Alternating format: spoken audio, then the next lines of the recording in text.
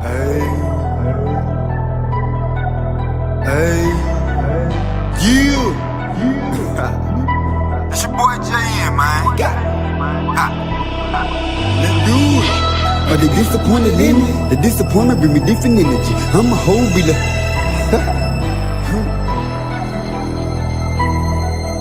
you. Hey. But the disappointed in me, the disappointment bring me different energy. I'm a whole different individual. Fit the frame from a different picture. Clean my lens now, see things clearly. I ain't tripping if a few not feeling me. You can go and look down in history, but for now they looking at me differently. But the disappointed in me, the disappointment bring me different energy. I'm a whole different individual. Fit the frame from a different picture. Clean my lens now, see things clearly. I ain't tripping if a few not feeling me. You can go and look down in history, but for now they looking at me. I'm here for a reason. People been sleeping on me so much they didn't believe me. Up here in their dreams, reveal to them secrets, show them the way to the kingdom, king of the kingdom. All glory and honor be stolen to me from the Father. Behold the Son that's forgotten, all the laws and the prophets. Y'all bear witness to my arrival. Ain't nothing stopping me. I am the prophecy. Walk through the shadow with death with that light on me. I am the way. If you looking for godless and looking for truth, for the truth don't inside of me. No, they probably think I'm tripping. Know not what they do, so I forgive them. The revision got them seeing different, but that was not so from the beginning.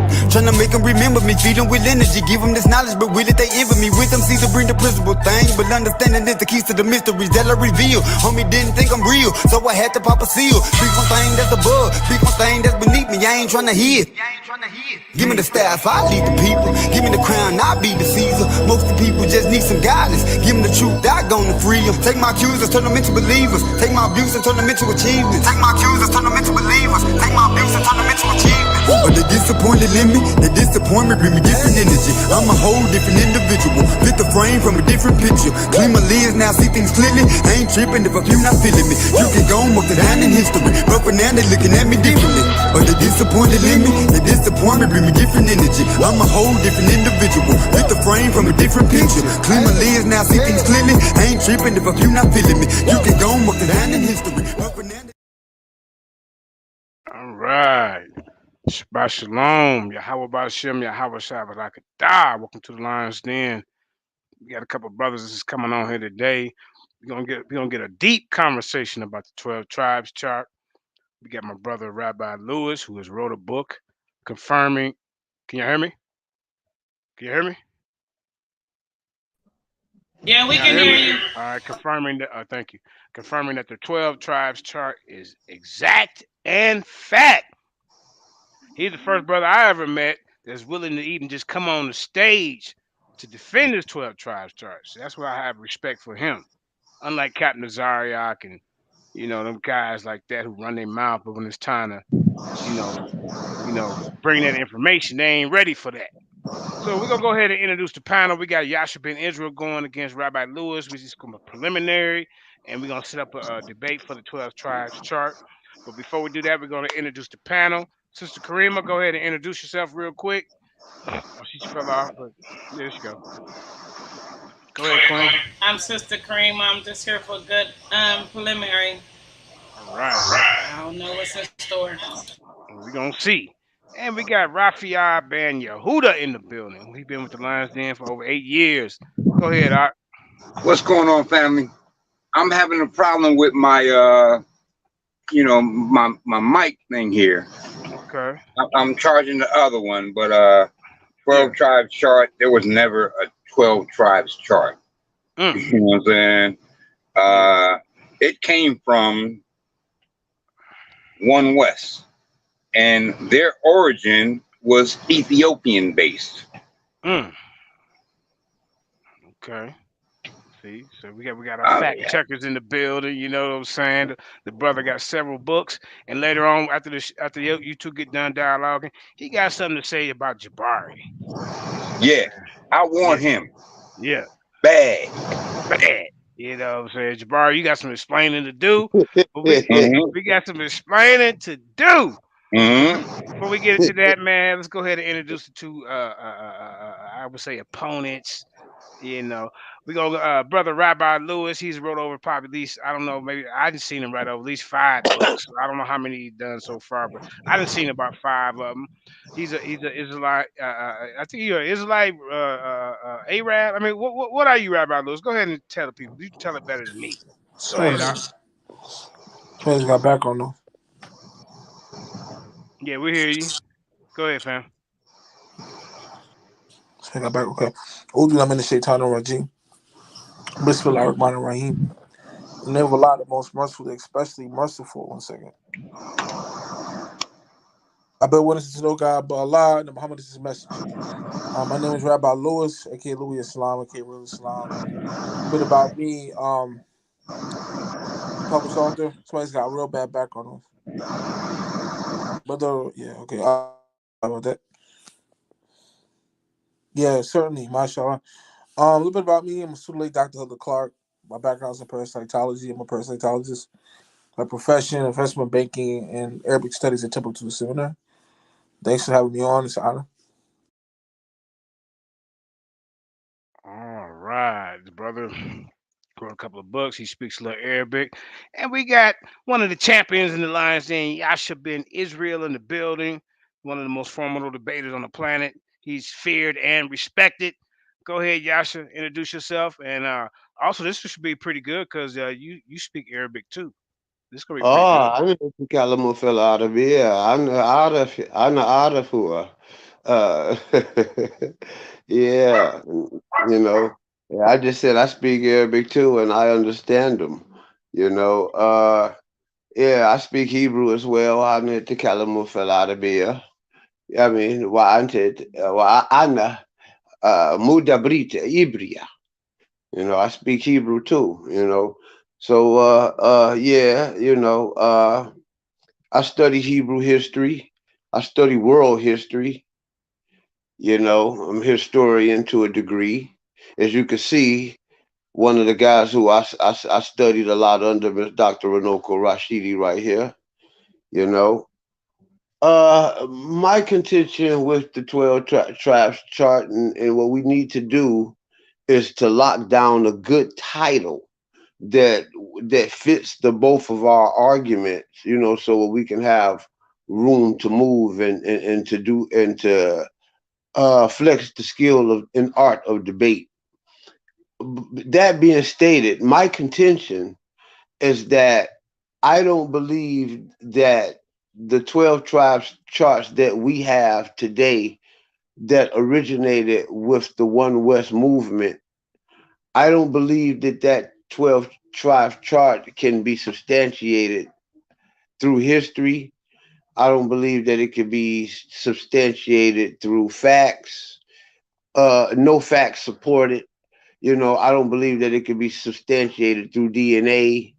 You know, I don't believe that there's no way possible, you know, ultimately that you can just say this tribe on this one of the tribes belong are all the people that live on this island, and all of the people that live on this here island belongs to this other tribe, and all the other people up in the next continent across the waters over here, they belongs to this tribe. You know, I don't believe that there's no way possible that you can do this.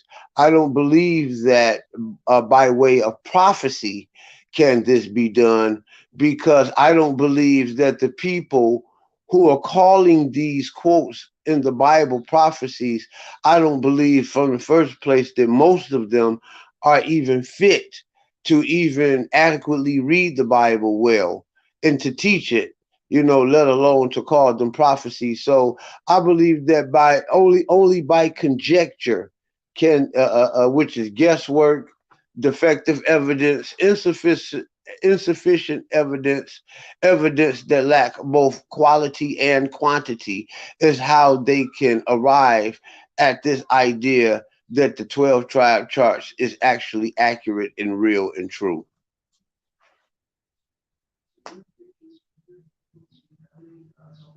I land my plane.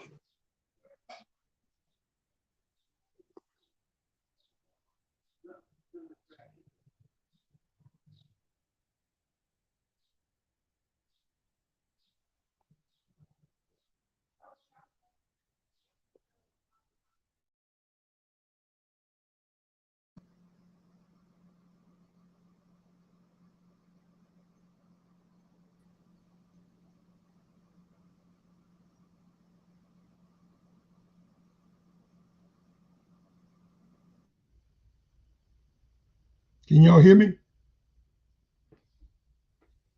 Yeah. I made a video about you today, Apostle. So threw some good words out for you in there too. You had threw some good Appreciate it, words brother. out. I kind of captured it. What was it about? It was. I think you was telling Jabari and them, that because we live in a Christian society, you just can't assume, that everybody walking around here fit the most minimal requirement to be a Christian. True. See, I seen what a Christian is. Yeah. I was a Christian for 44 years, and I know the difference from Get Jabari for me. Even as a Christian, having a heart for Christ, or just calling you a Christian because your family is Christian, or because they go to church 3 times a year, or they live in a Christian society, so they call them. That's what most people do when they say they used to be. They wasn't no Christian. They didn't have a life. They didn't seek after Christ's will. Oh man, you bet. Apostle, the conversation is about the 12 chart, the 12 tribe chart. So,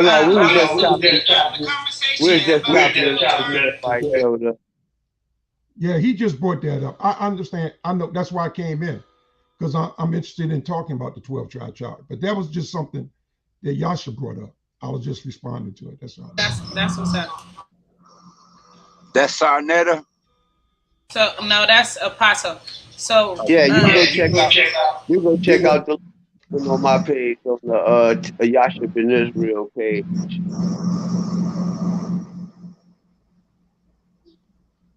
We good, Kareem. Okay, you can introduce yourself since you're already here, and then we can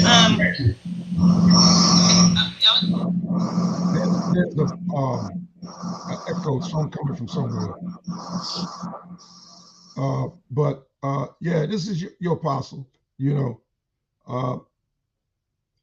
I really, for a long time, didn't have an opinion on the 12 tribe chart, one way or the other. I just knew that different organizations had different charts. There's not just one chart. There's a more popular chart out here.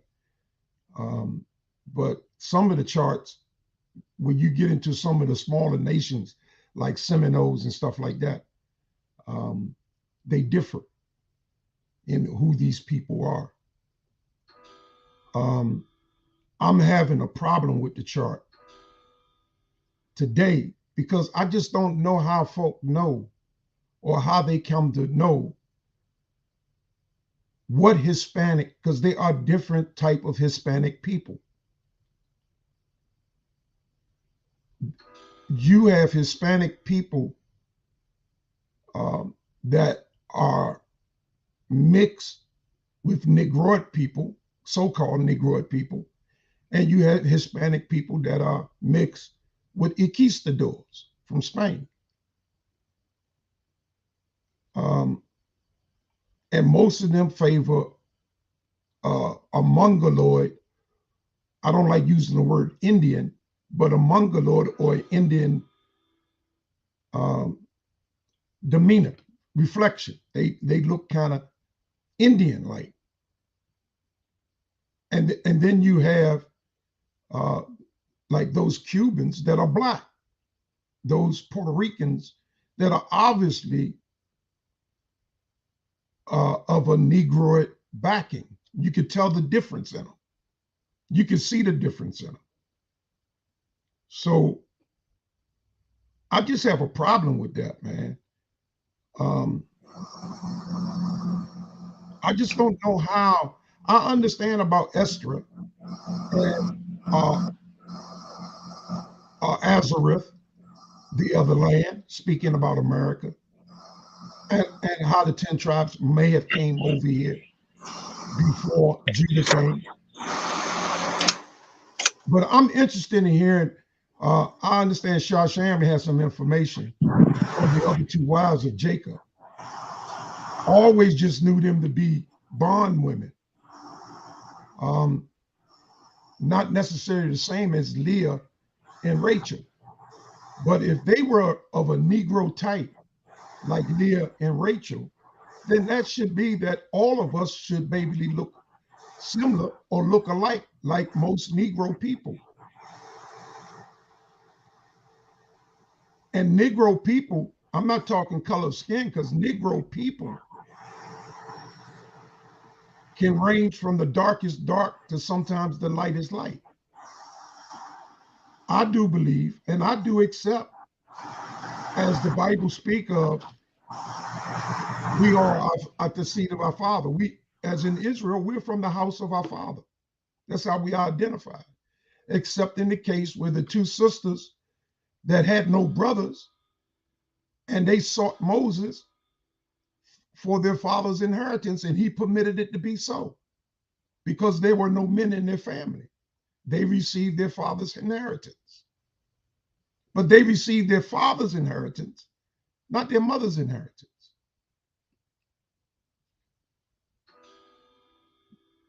I really want all of us, man, to come to a point where we are in our study, Old Testament, New Testament, come to the point that we are all one. If we are family, then let's do what we got to do to get along, to prepare the rest of the family that don't know what we know, how to be accepted in that day and hour when the Most High returns, when he calls us. That's our duty. That's our job, is to prepare our people in these last days, who they are, because for the most part, they don't know. I just had a long conversation with a first cousin that's been preaching for years. And she's a devout Christian. She loves the Lord. She lost two brothers 4 days apart because of COVID. They were both funeralized at the same time. And I know because I was there and I spoke at my cousin's funeral. Two brothers, one died on Sunday and the other one died on Thursday. And both had the jab and died after taking it. They're gone. She asked me about her brothers. They never got to hear that they were Israel.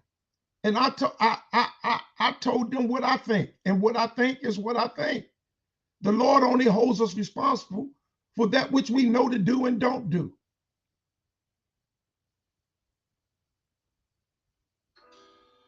But that includes us spreading this word. That's what we should be doing, is spreading it, not just arguing it, but sharing it where we can in love. Because we have but a short time. I told Rob, who always talk about my age, I'll be 67 come May 31st. And I told Rob the other day, you will not live to be 67 years old. He thought I was just saying that he's going to, nobody, if you're 40 years old, you are not going to live another 20 years, because we're not going to be here. You may think you got 20 years, but if you're looking beyond tomorrow, you better shorten your frame of distance, because that ain't promised to you. This is the generation is going to see the return of the Most High. This generation. Time is up. We are in the 6th day. The 7th day, the Sabbath is dawning upon us in creation. I'm talking about the Sabbath day of creation. A day is like 1,000 years, and 1,000 years is like a day. We are living in the 6,000 year of man. That's why in Genesis, he says, man will live but 120 years. Why? Multiply times 50, the Jubilee. 50 times 120 is 6,000. That's why no man lived beyond that 1,000 years. Methuselah was the oldest man to live. He was 969. He didn't live to be 1,000. So in that day, Adam ate, Adam died. He lived to be 935. A day is like 1,000 years, and 1,000 years is like a day. We miss that. The sunset and sunrise was the first day. God sees the matter from the end to the beginning, not the sunrise to sunset, sunset to sunrise, because he already saw the sunset at the sunrise. That's why the sunset and sunrise was the first day.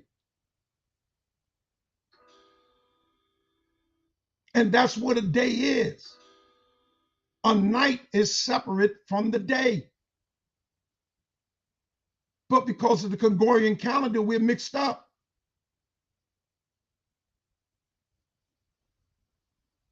Okay, I would like to hear from Brother Rabbi Lewis, because he's saying that the 12-tribe chart is real and he could prove it. And he wrote a book. So let's let him talk. Masha Alhamdulillah, Ramadan Mubarak to anybody who's practicing the beloved month of Ramadan. Alhamdulillah. May Allah. May Allah grant a Sadaqah Jadiyah. It's in this, well, it's got background noise. It's in his blessings upon the Ummah, the Ahlul Bayt, and the Prophet Muhammad sallallahu alaihi wasallam. It's Rabbi Lewis. All right, let's dive in, inshallah. Kareem, you can screen share real quick, pull the book up so people can see it.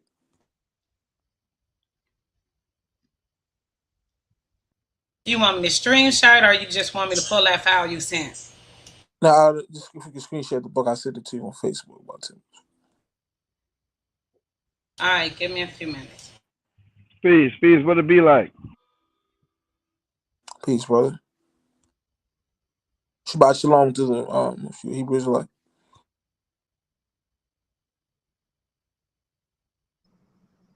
How did they come to be in America? How was everybody's Passover? Beautiful. Beautiful, brother. That's beautiful, brothers. It was a special Passover for those that know what a high holy day is.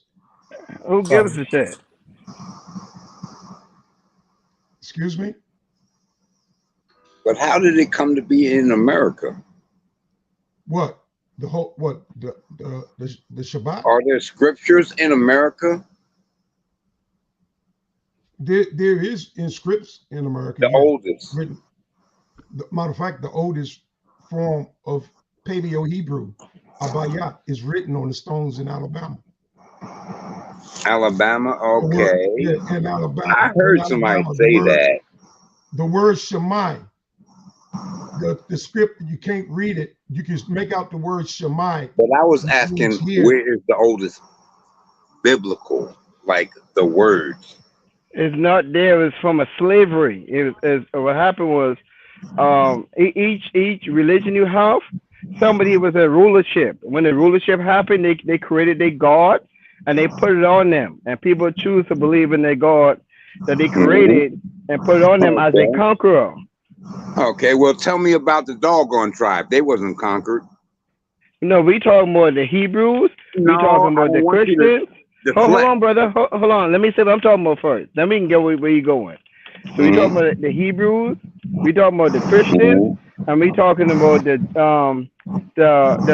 what people call it, the Arabs. We talking about those three when I say that. Okay.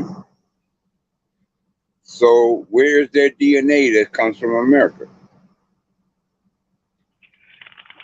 What DNA you talking about, brother? You making something up? In any DNA.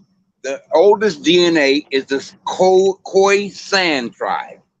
Am I correct? How you know that, brother? Where you get that from? We don't know. From science. Now, you brother, you know the scientist, right? Are you a scientist? You do selective science. Are you a scientist? Are you a scientist? Not a scientist. Are you? Okay, so drop it, brother. How can you tell me where I came from? How did you get that message out? You're not a scientist. You got no tools You got no tools to measure. And what You're not tools a do you have? scientist. Oh, What I tools thought do you Rabbi have? Lewis was talking. I thought Rabbi Lewis had the mic. Okay, I'm gonna mute my mic and give me my half hour. I ain't just listening. Okay. Yeah, we gonna Okay. talk about that. Yeah. Okay. So your information is on the screen. Yeah, certainly. So this is my new book. Is the one where chart writing exact. Excellent history with myself, Rabbi Lewis. Must read if you're a Bible student or student of history. You should get this book. It's on the screen. $20 paperback. Check it out. Change your life. This book will change your life. So in this book, you're gonna, for lack of a better words, inundated with empirical evidence for the 12 tribes chart. That is historical as anything you ever read. You know.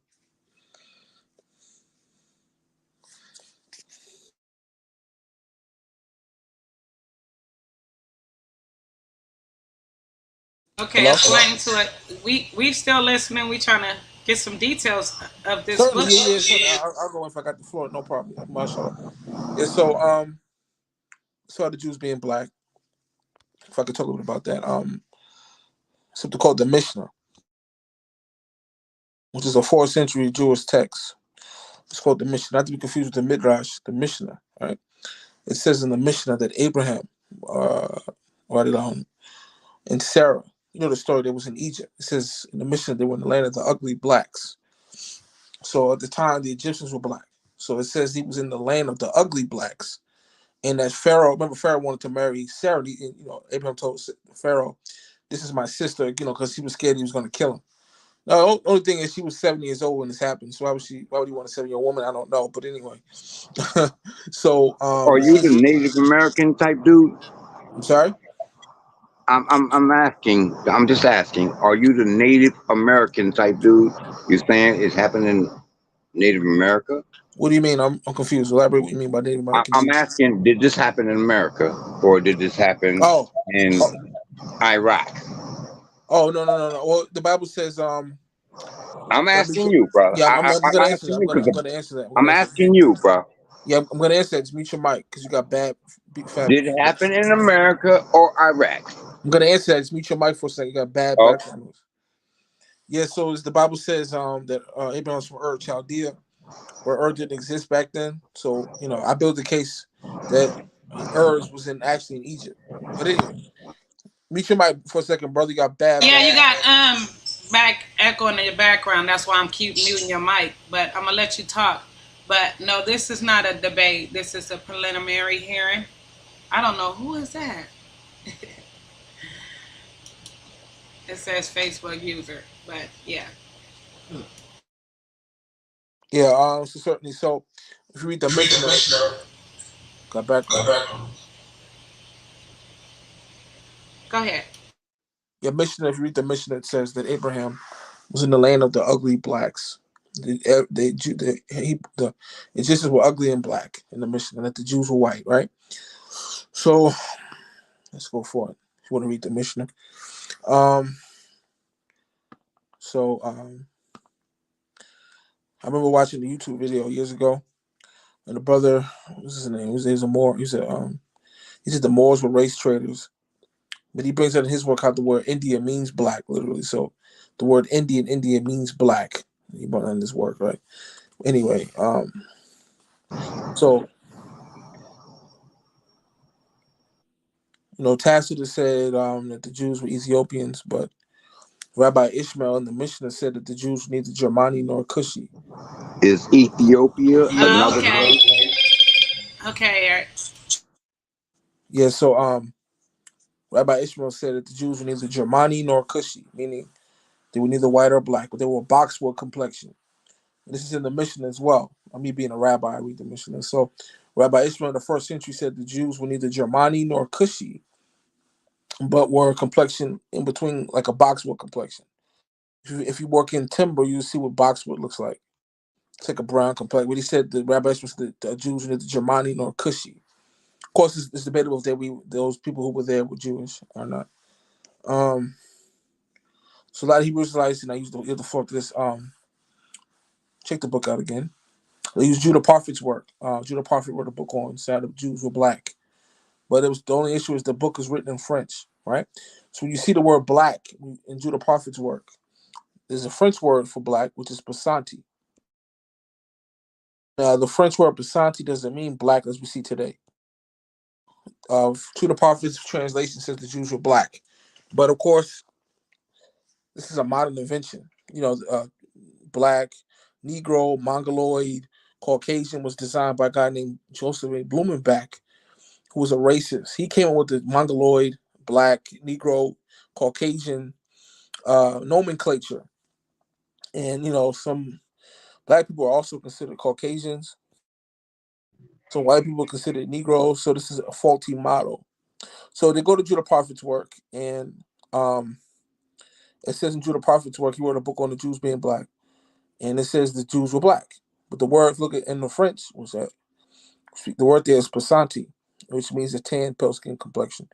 So Judah Parfit's work is not saying the Jews were swarthy. When it says they were black, it means a tan, pale skin complexion. In fact, although most of these 19th century Egyptologists were racist, you'll see that they said that the Jews of Europe were white. But anyway, so this new book is called The One Church, right? Exact. You're gonna get 100% proof for the Jews being black. Also, let me get the floor. Find out what happened to the tribe of Dan. Why they're not mentioned in Revelations. Why they were not mentioned, and that they were in North America.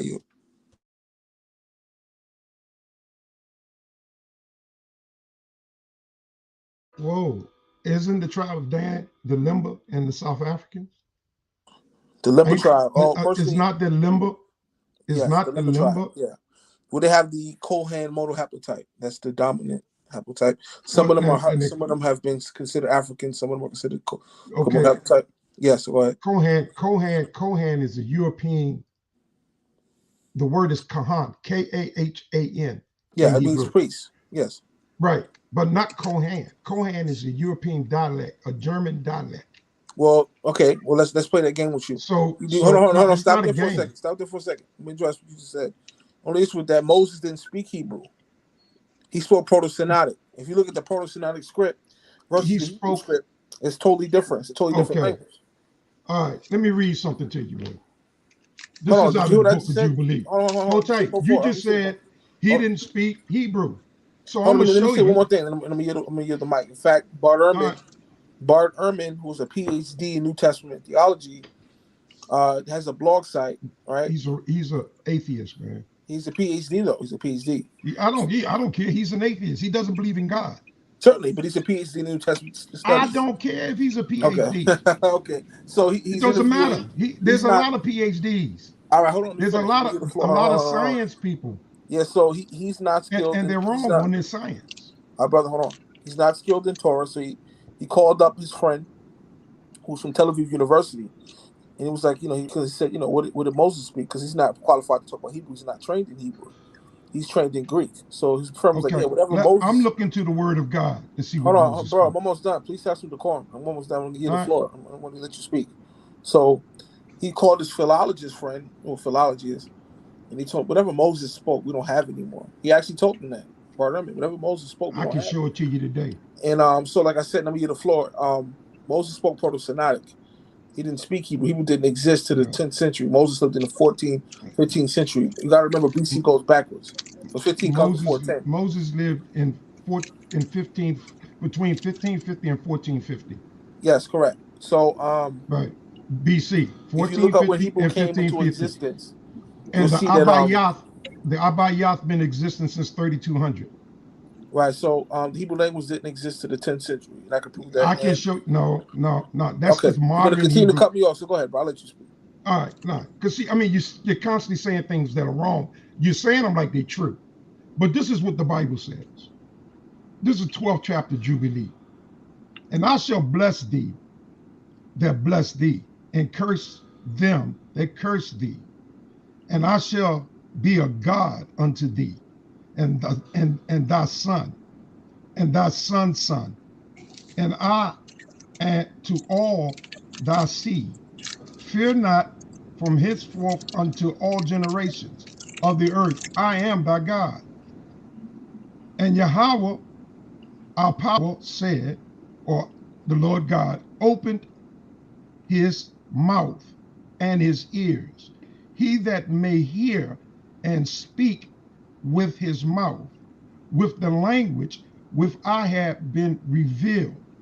For it had ceased from the mouth of all children of men from the day of the overthrow of Babel, when God scrambled man's tongue. Hebrew had ceased. What they call Hebrew.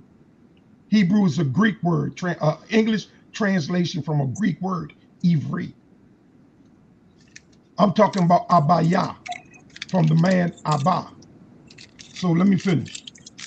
Since the overthrow of Babel, and I opened his mouth and his ears and his lips, and he began to speak with him in Hebrew, the tongue of creation. Now, this word Hebrew is an English word translated from a Greek word, Ivri.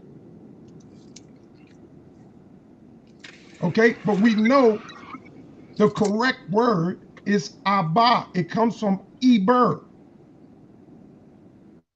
Abayath is the language of Eber. So we see what God is saying in the Bible, in the word of God about the Hebrew. He taught Abraham, who taught his descendants how to speak the language of creation. It started as the pictograph, which is sonetic, whatever use that word. That's one word of saying, yeah, the pictograph, where you have the pictures, the characters. I have that alphabet, can show you that alphabet that was created and given to Adam. In the year 3200, it took on a script that is similar to the Phoenician script. Why? Because our people are Phoenicians. The word Phoenician means seaworthy. We were seaworthy people, along with about 5 other people were called Phoenicians. The Canaanites, the Hittites, the Hyksos, even the Greeks were called Phoenicians. So when we talk about the Phoenician dialect, we're not talking about one people. Because we lived in an area, our dialects were similar, but they were different. Just like the Bantu. The Bantu in Africa, they speak 1,800 different dialects. 1,800, because that's how many people speak the Bantu language and how broad it is spreads. Like in southern United States, they speak a different language. You go to Louisiana, you can barely understand the English they're talking. That's a different dialect. In the Black community, they coined the word Ebonics because most of our people are Gullah. We speak a different English dialect. Okay, can I address that? Now, I'm gonna say one more thing. The guy was there with Arthur Bibbins when they created the chart. I heard out of his own mouth about 4 years ago, out of his own mouth, a tape of him talking about the 12 tribe chart. And he was talking to the guy that created it. And he was saying to him, you know that's not right. He said, yeah, but this is a gimmick it's a catch. We doing it to get people. We need more people. Why do they need more people? Because just like in Christianity, people brings money. People bring money. So if you can reach out to more than just, Black folk, but now you can reach out to Hispanic folk and Indian folk and Native American folk and include them. You are including the money that you're able to receive. That was the reason for it. It was a hook. If I didn't hear the guy say it out of his own mouth, I know he said it. Arthur Bibbins. I know he said it. I heard it. I heard the guy saying it. Now, how you going to defute that? This is the guy that created it. Supposedly had a dream, a vision. Apostle, can I say something, man? Yeah. Now hold on. I want to address that first because he made some Yeah, statement. go ahead, man. Certainly. So this is a logical fallacy. He just coming in to appeal to authority. 1 second. I want to address everything point by point, inshallah. So this is just like Robert Spencer, who wrote a book called "The Muhammad Exists," which I debunked. I wrote a response to Robert Spencer's, a New York Times bestseller.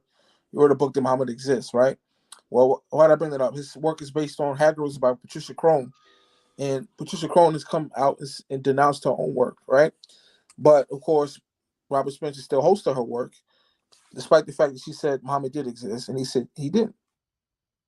So, essentially, Robert Spencer was saying, because there were no coins minted with Muhammad's name on them during the time of the Umayyad Caliphate, therefore Muhammad didn't exist because there was no coins with the Shahada on them at the time, right? Which I debunked in my book. I wrote a book called responding to Robert Spencer's book, Muhammad Exists. And his work is based on Haggardism, which has been debunked. Patricia Crone has come out and denounced her own work, similar to Abba Bivens. But he still holds that he didn't exist, right? So that's water under the bridge. Let's go forward. He quotes Jubilees, which is a super critical book. It's not canonical at all. But let's play the game that the Hebrew is the language of creation, right? What you mean it's not canonical? I got it in the King James 1611.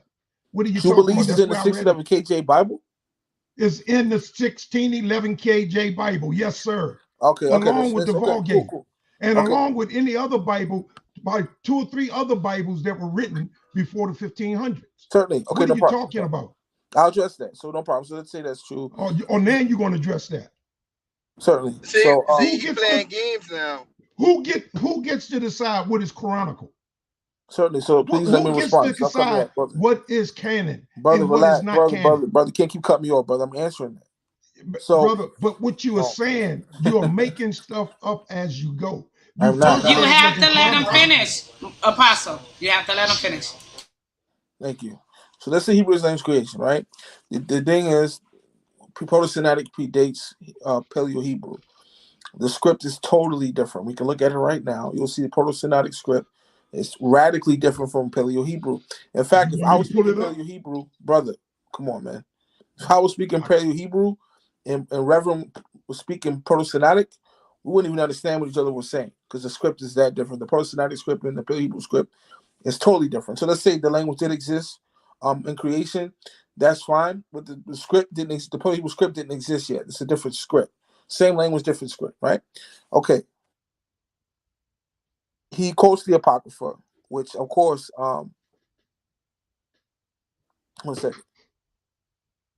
There's a verse in the Apocrypha that says there was a guy told, the people like Hebrews like to use the scripture a lot, where it says, can you guys hear me? Yeah, we can hear you. Yeah, there was a guy calling everybody. They were giving out crowns. He was one who was proclaiming the Christ in the world, and that was Jesus in the Apocrypha. It says there was a guy telling everybody who was handing out crowns. He was proclaimed as the Christ in the earth, and that was Jesus in the prophecy. Well, that verse in Second Ezra in the Apocrypha was written after. Hold on, brother. Please don't cut me off. My God. So that verse in the Apocrypha that meets your mic. But they got background on this mic. So that verse in the Apocrypha was there was a guy telling everybody who was handing out crowns, who the angels and the saints proclaim the Christ in the earth. It's Christian interpolation. I can prove that. These verses were added after 200 AD. So the book of Ezra, Second Ezra, First Ezra was actually written after 70 AD, after the temple was destroyed. Some scholars did it to 200 AD. So this verse in the Apocrypha about a guy telling everybody handing out crowns, he was proclaiming Jesus the Christ in the earth, and that's Jesus in the prophecy. It's bogus. That verse is interpolated by Christian scholars, by Christian writers after 200 AD. These letters were written after 200. So those verses have been tampered with by Christian scribes. So the Apocrypha has been thoroughly tampered with. Last point. I don't know what you're praying to Yahweh or Yahweh when that's the God of the Edomites. In fact, it's all topic, but Solomon had multiple wives from different nations, pursuing the 1 Kings chapter 11. And They never mentions the Edomite god Kos. Kos was the god of the Edomites, but the Bible never mentions Kos. It mentions Chemos, the god of the Moabites. It mentions all these other gods, but Baal never mentions Kos. You know, so if you look up Kos on Wikipedia, it'll tell you that Yahweh was Kos. That the god of the Hebrews, Yahweh is I Kos. have no The problem with historical that. Kos. The Edomite god I Kos. agree with you.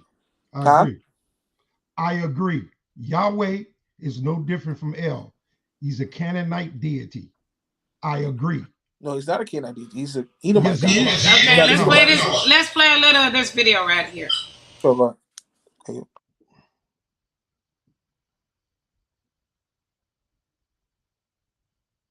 said, it's over. Israel.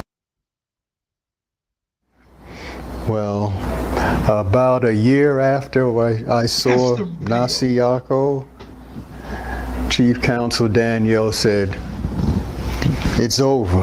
Israel Atik, you know? You guys should have learned enough already. I'm done. I'm getting ready to go on the road and preach. You see, he was serious. He would travel across the country, wherever, and just put up a flag and start talking. He said that's how powerful he was. But before that happened, he took me up to Harlem, and we met with Abba Bivens. Okay, so you had an encounter with Abba Bivens. Oh, yeah. Abba Bivens and Nasi Barak. Oh, Nasi Barak was up there at that time. Nasi Barak, he was going back and forth between Israel Atik and Tanakh School. And when I met Nasi Barak, it was at Chief Counsel's house. And a brother named Yod, his wife pierced my ear and, you know, and put a piece of thread through it with Vaseline on it. And Nasi Barak said, man, give me $7, I'll get you a beautiful gold earring. And I gave him $7, and the next week he came and cut that thread out of there and put that earring in there. I was sorry I didn't get to see him when he came to New York a few years ago, because I was out of town. Anyway. So your encounter with Abba Bivens, how was it? Like, did you guys go there for services, or was it just to hang around after Shabbat? Well, is on the Shabbat day. We went up there to have Shabbat in Mount Morris Park. Okay. And what he would do, he'd get out there and teach. Chief Counsel, read the book, would teach. He would teach. Nasi Barak. Barak was extraordinary. He was trilingual, you know. He would speak in English, Hebrew, and Spanish. You know, we used to joke that that man, he'd jump up off the ground speaking English and come down speaking Spanish. You know, he was amazing. And Abba Bivens loved him, you know, because in Harlem you had plenty Spanish people and black people all around 125th Street and 124th Street. Because by First Avenue was where Tanakh School was, but they would come over toward the west in Mount Morris Park. They changed the name of the park by now. It's one of the famous people, I don't know which one. And then there was a church right around the corner. And we were in the park, and then we moved to the corner from where the church was. And Abba Bivens, he told me personally, when I saw him, he said he was 80 years old. His beard was white. He was a very impressive man. And he told me, he said, I was out here talking this talk during the First World War. He said, and because I knew our people should know who the true and living God is. This time is 1968. And the time that I first met him, Prince Reuben was here. And they gave Reuben the mic, and he started talking. Him and Barak took turns. What happened was they waited until the people were let out of church, and then they started. And they were, I think the idea wasn't to say you people are wrong. It was that you have been taught wrong. You have been taught to look forward to death in order to get to heaven, to experience what you should be experiencing now. Because the promise of the God of Abraham was you'll ride the high places of the earth now, not when you're dead. So there was a lot of powerful speaking going on, Wow. Reuben and Barak. So you're saying that actually Ben Zakin had a connection with the Tanakh school through Nasi Barak, which he did tell me when I interviewed him when he was here in 2010. And that even Prince Reuben was up there speaking on the corner in Harlem. Oh, yes. With Abba Bibbins. Yes, yeah. And I had no idea I'd be so involved with these people later because I was still Israel Atik. Right. Bene Zaken was just a word, just a name. Right. Prince Reuben, one of the things he said, once he saw that the ladies were stopping by, because they see the turbans and stuff, They see the turbans, and all you had to have was an American flag.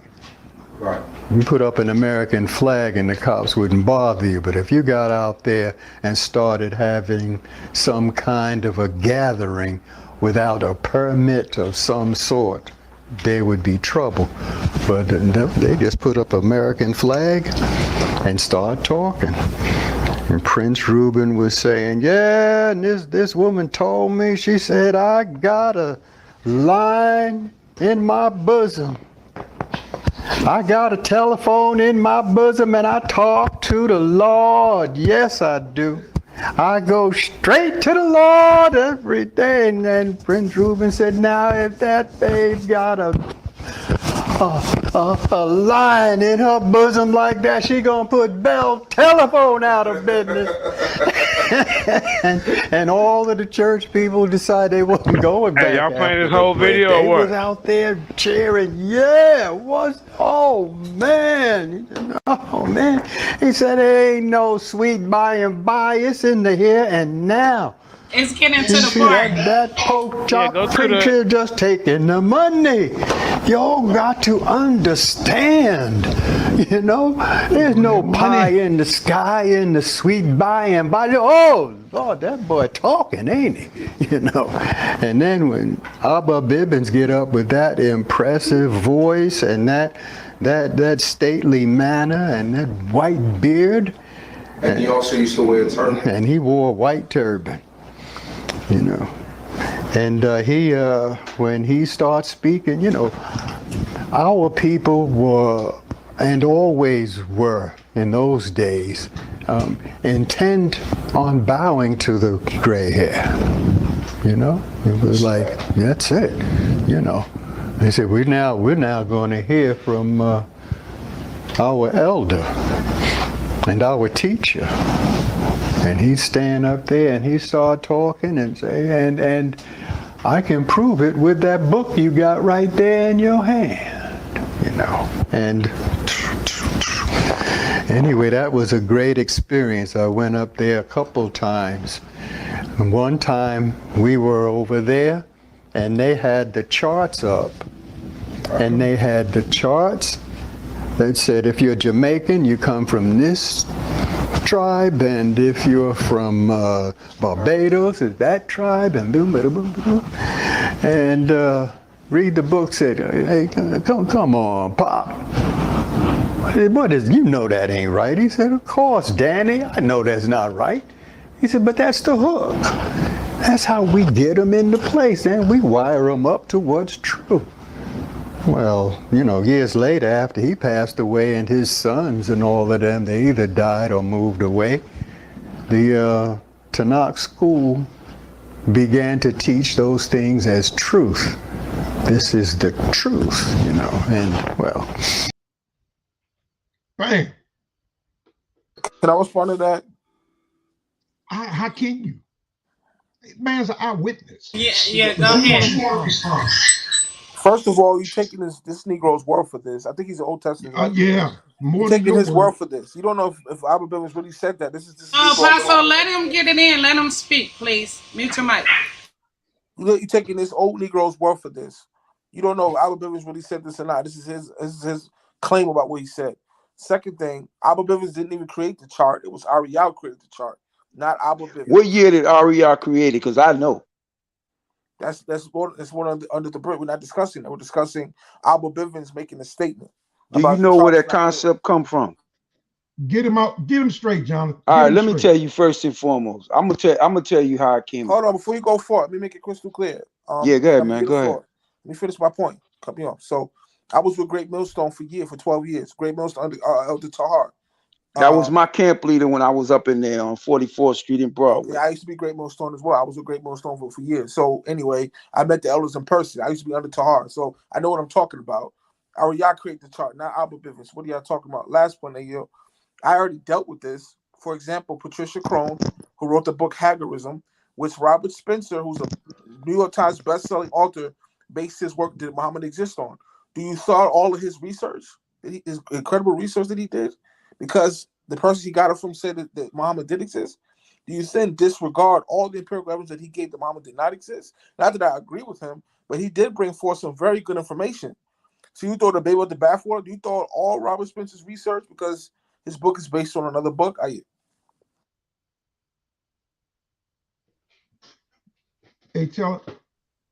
let me say one word, because I'm hearing all this stuff about Muhammad.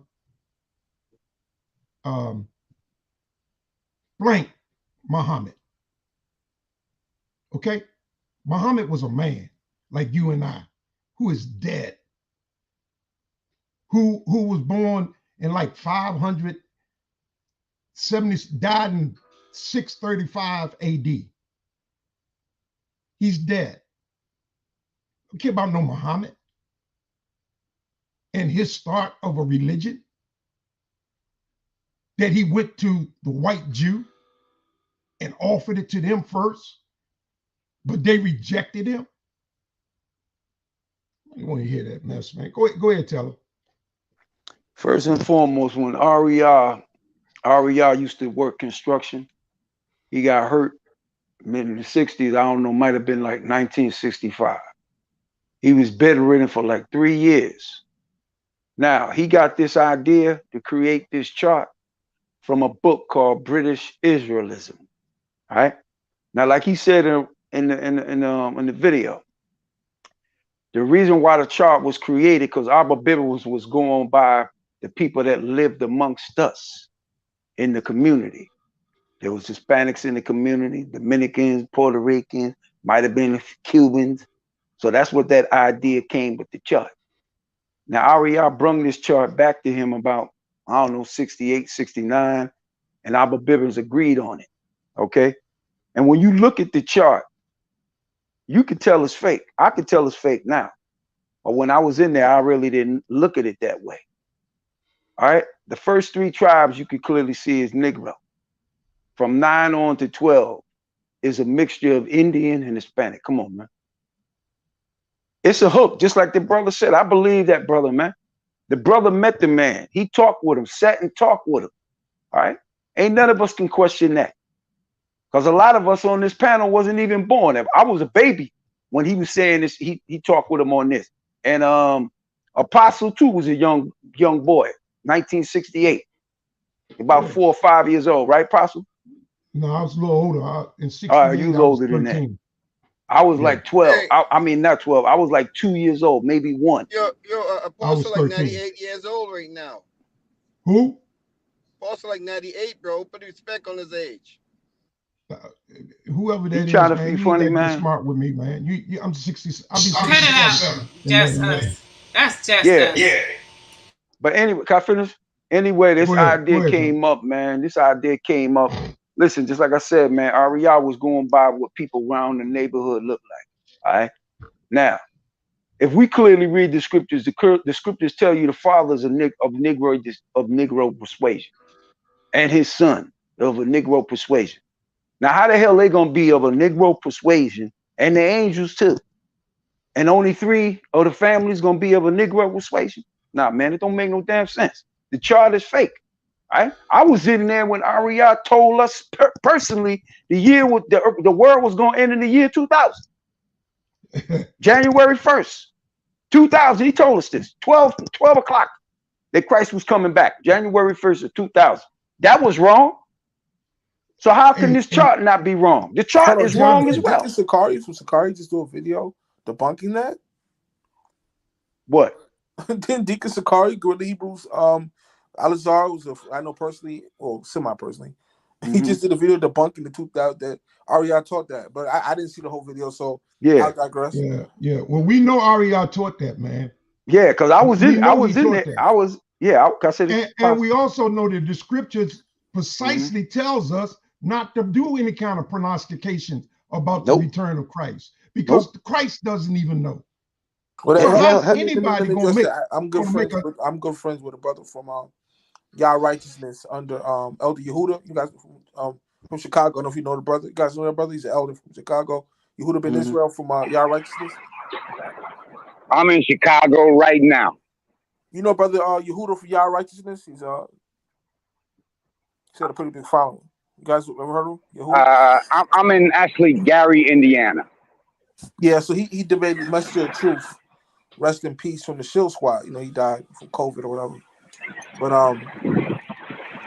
but he's got back on him.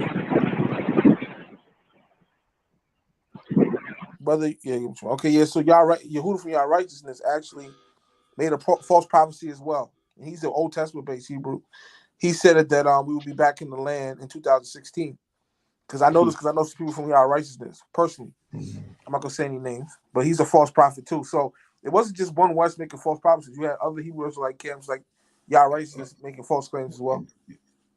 I don't care. Listen, you talk about flaws as in the book. There's flaws in every Bible printed. You know why? Because they were printed by white man. There's not a Bible that God had his hands on. It's not a Bible. The original writings were inspired by the Most High God. When it comes to these translations and canonization and who decided what go in what book and who published this, and you had nothing to do with that. I can find flaws in the Old Testament as well in the New Testament, as well as the New Testament. The book of Daniel on, they were all written in Greek, Aramaic.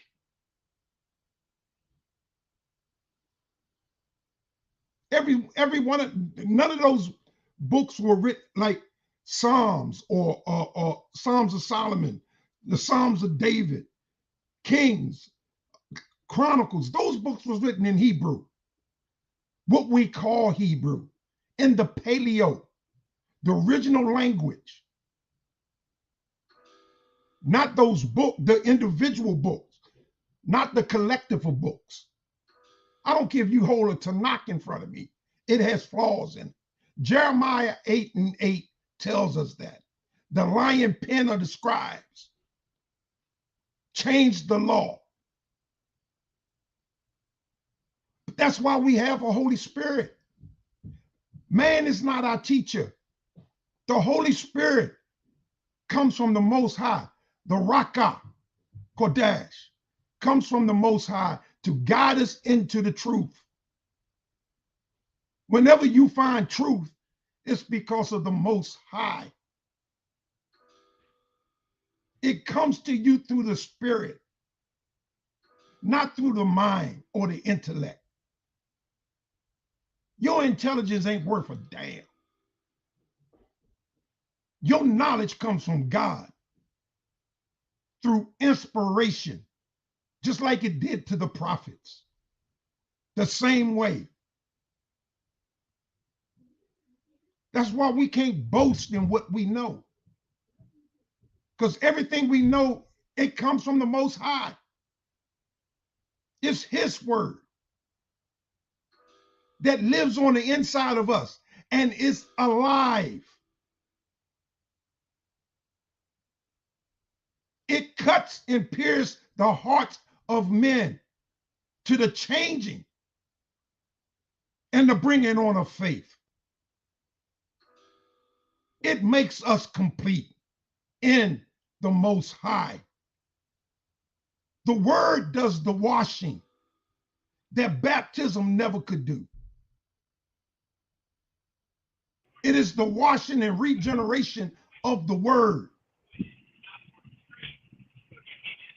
Can I address that real quick? So, how you going to address that?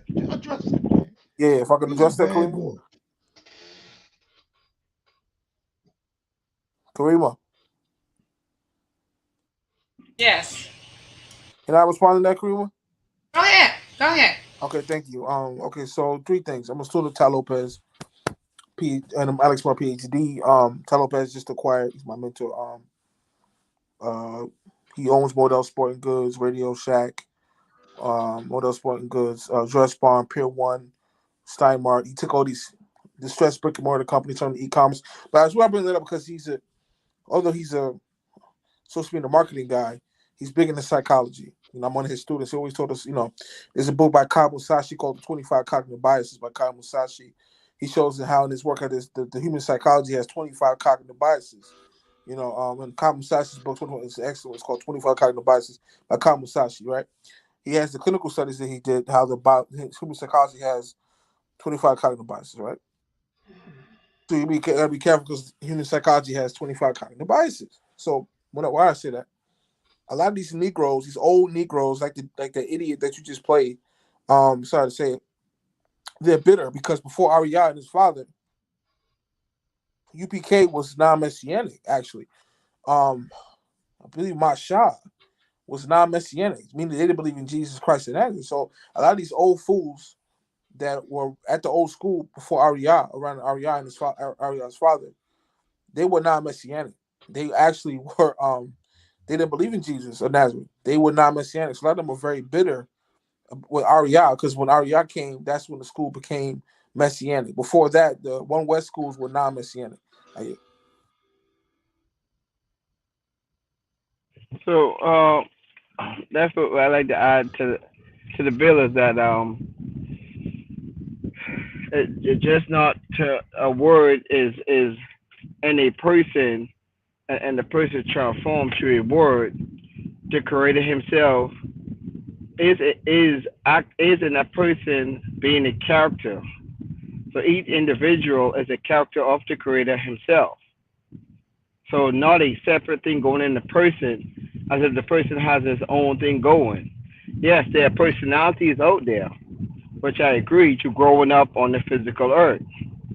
But the Creator Himself plays as those different characters. So we don't go and look at ourselves to ascend spiritually. We already that we looking to be. We already that we claim we want to be. But the Creator is us being human, right? So our focus should be on this earth more than anything else. Meaning that we should be able to live what we spiritually claim using the word spiritual. Versus than looking somewhere else or even looking within. There's no need to do that when you're already that you look for. There's no reason to look for it because it's not lost to be looking for it. You are that already because you are the Creator and a body living a physical life. So your goal is to go out there and live as your best physical self. As your best physical self. And stop looking for something to guide you, to lead you, and have a reason why you can't do it. Okay? Now, even if you choose to go that path, at least express that guiding physically. Don't just sit there waiting for a sign. If you say something led me to get a car, go there and get the car. Don't just say I just was led and that's it. Because we should be here expressing the best as we can as a physical body, manifesting every thought that we want. Because when we hit that deathbed, we're going to wish we did it. All the other stuff goes out the window. We're going to wish that we did the stuff that we thought that we should have done. All right. Well, I disagree with that. Making the psychology, being the Lopez, that's garbage. In fact, the guys, something called the law of attraction, which is pretty much he's talking about here. They're bankrupt. The people who came with the law of attraction narrative, think wealthy. That's not what I'm talking about. Don't put words in my mouth, bro. You ran. I don't even know what you're getting at. Why you even said any of that? But you just made it say, "Oh, Bob XYZ about 1, 2, and a third." No, the people who create the law of attraction are bankrupt because they don't know what the hell they talk. It's bogus. But go ahead. I'm confused about both of your remarks because neither one of your remarks had anything to do with what I said, even though I was called the ignorant one.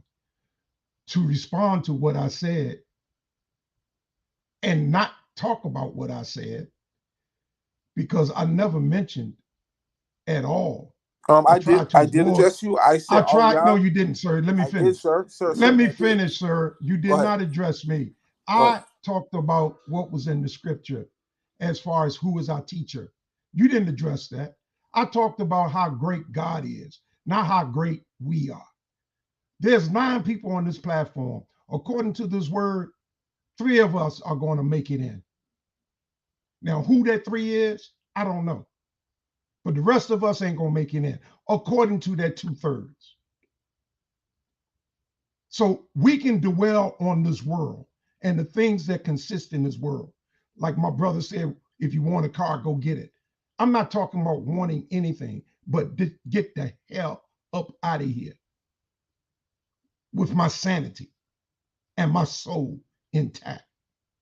That's you ain't going nowhere, bro. You ain't going anywhere unless you kill yourself. Okay, no, that's your opinion, brother. That's your opinion. For me, if you want your sanity, Hamashiach is coming back for me. Now, brother, he's coming back for you. That's what you believe.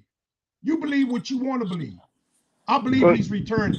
So you believe in it for 66 years. How much more years you gonna put in that?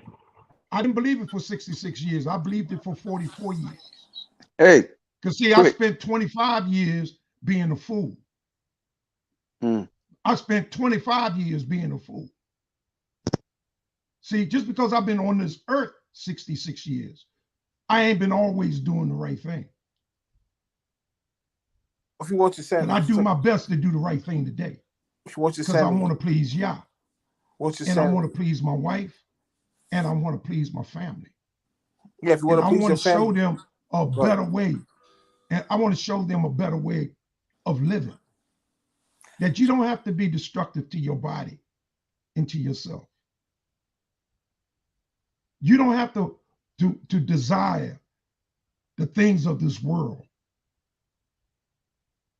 Because what profits a man to gain the world and to lose his soul? Fear him not that can destroy the body, but fear him who can destroy the body with the soul. See, these are not my words. Don't waste your time. These are words that I received from the Creator, because they are His words. Okay, can you give me the words of Isaiah? These are the words I share, straight out of this book. Okay, that I perceive to be the truth. Isaiah 11, I'm not talking about you. Through 12. I'm not talking about you. I'm talking about me. First of all, Jesus said, do not waste your talent either, bro. Don't be like that guy with 1 talent, go bury it. Tell him you don't want to do nothing on this earth.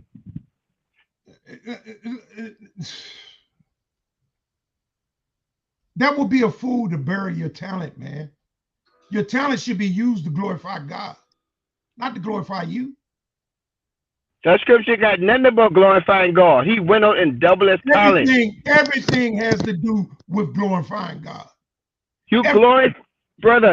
Everything. If you don't realize, hold on, bro. Your whole life, you exist. You miss what glorifying God is. You give glory by going out and doing things. Yes, for God, not for self. You do it for God regardless, bro. Listen, sir, not for self. It's only one power, bro. It's One. not for That's your it. gain. Brother, as far as I'm concerned, you can do it for whatever reason you want to do it for. I'm not against you doing that. I'm talking about me.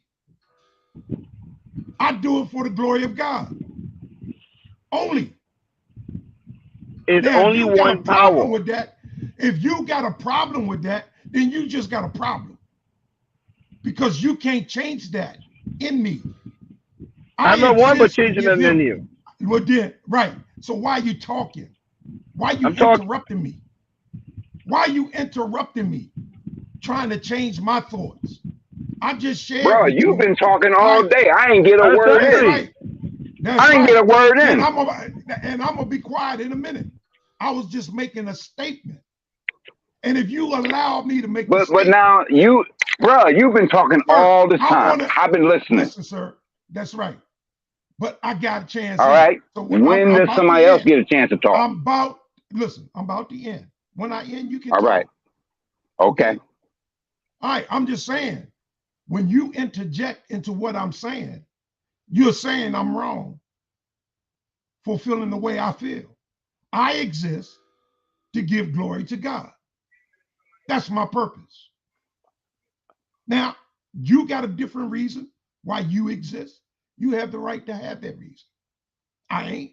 I don't care about that. Okay, Apostle, wrap it up so somebody else can I'm get done, in. man. All right, thank you, brother. All right, who want to go next? Let this brother go. Go ahead, Raphael. Me. Raphael, but before you start, if you ask him a question, then he's going to come into your talk time. So maybe have him answer your question after you get done expressing yourself. I'm just okay. I'm going to express Isaiah 11, verse 11 through 12, and also Zephaniah 3, verse 10. That we will be coming from Cush. I would like to see, at the end of what I'm saying, where Native Americans came from Cush. Okay? I'm pulling this. All right, now. Man. Can somebody put the scripture on the board? Yeah. Isaiah 11 through 12. That Judah will be coming from the four corners of the earth. That ain't just America. Are the four corners just America? The four corners is everywhere. The earth is everywhere. All right. So that denotes the 12 tribe chart right there. What does it say? Does it say Judah? Yeah. Judah's one tribe. Right. And it says the northern kingdom will be coming from Egypt, like Assyria, all around, Can you read it instead of just? Yeah. Sure. I would like for you to read it. Sure. I'm looking for it in the Isaiah 11 through 12. It's getting heated for him now.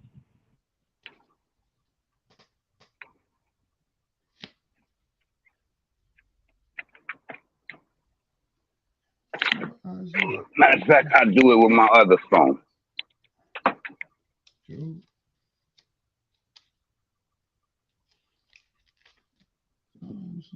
And I want to know where Native Americans came from Cush.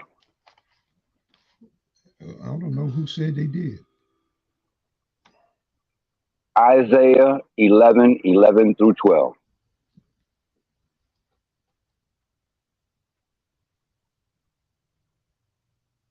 Okay.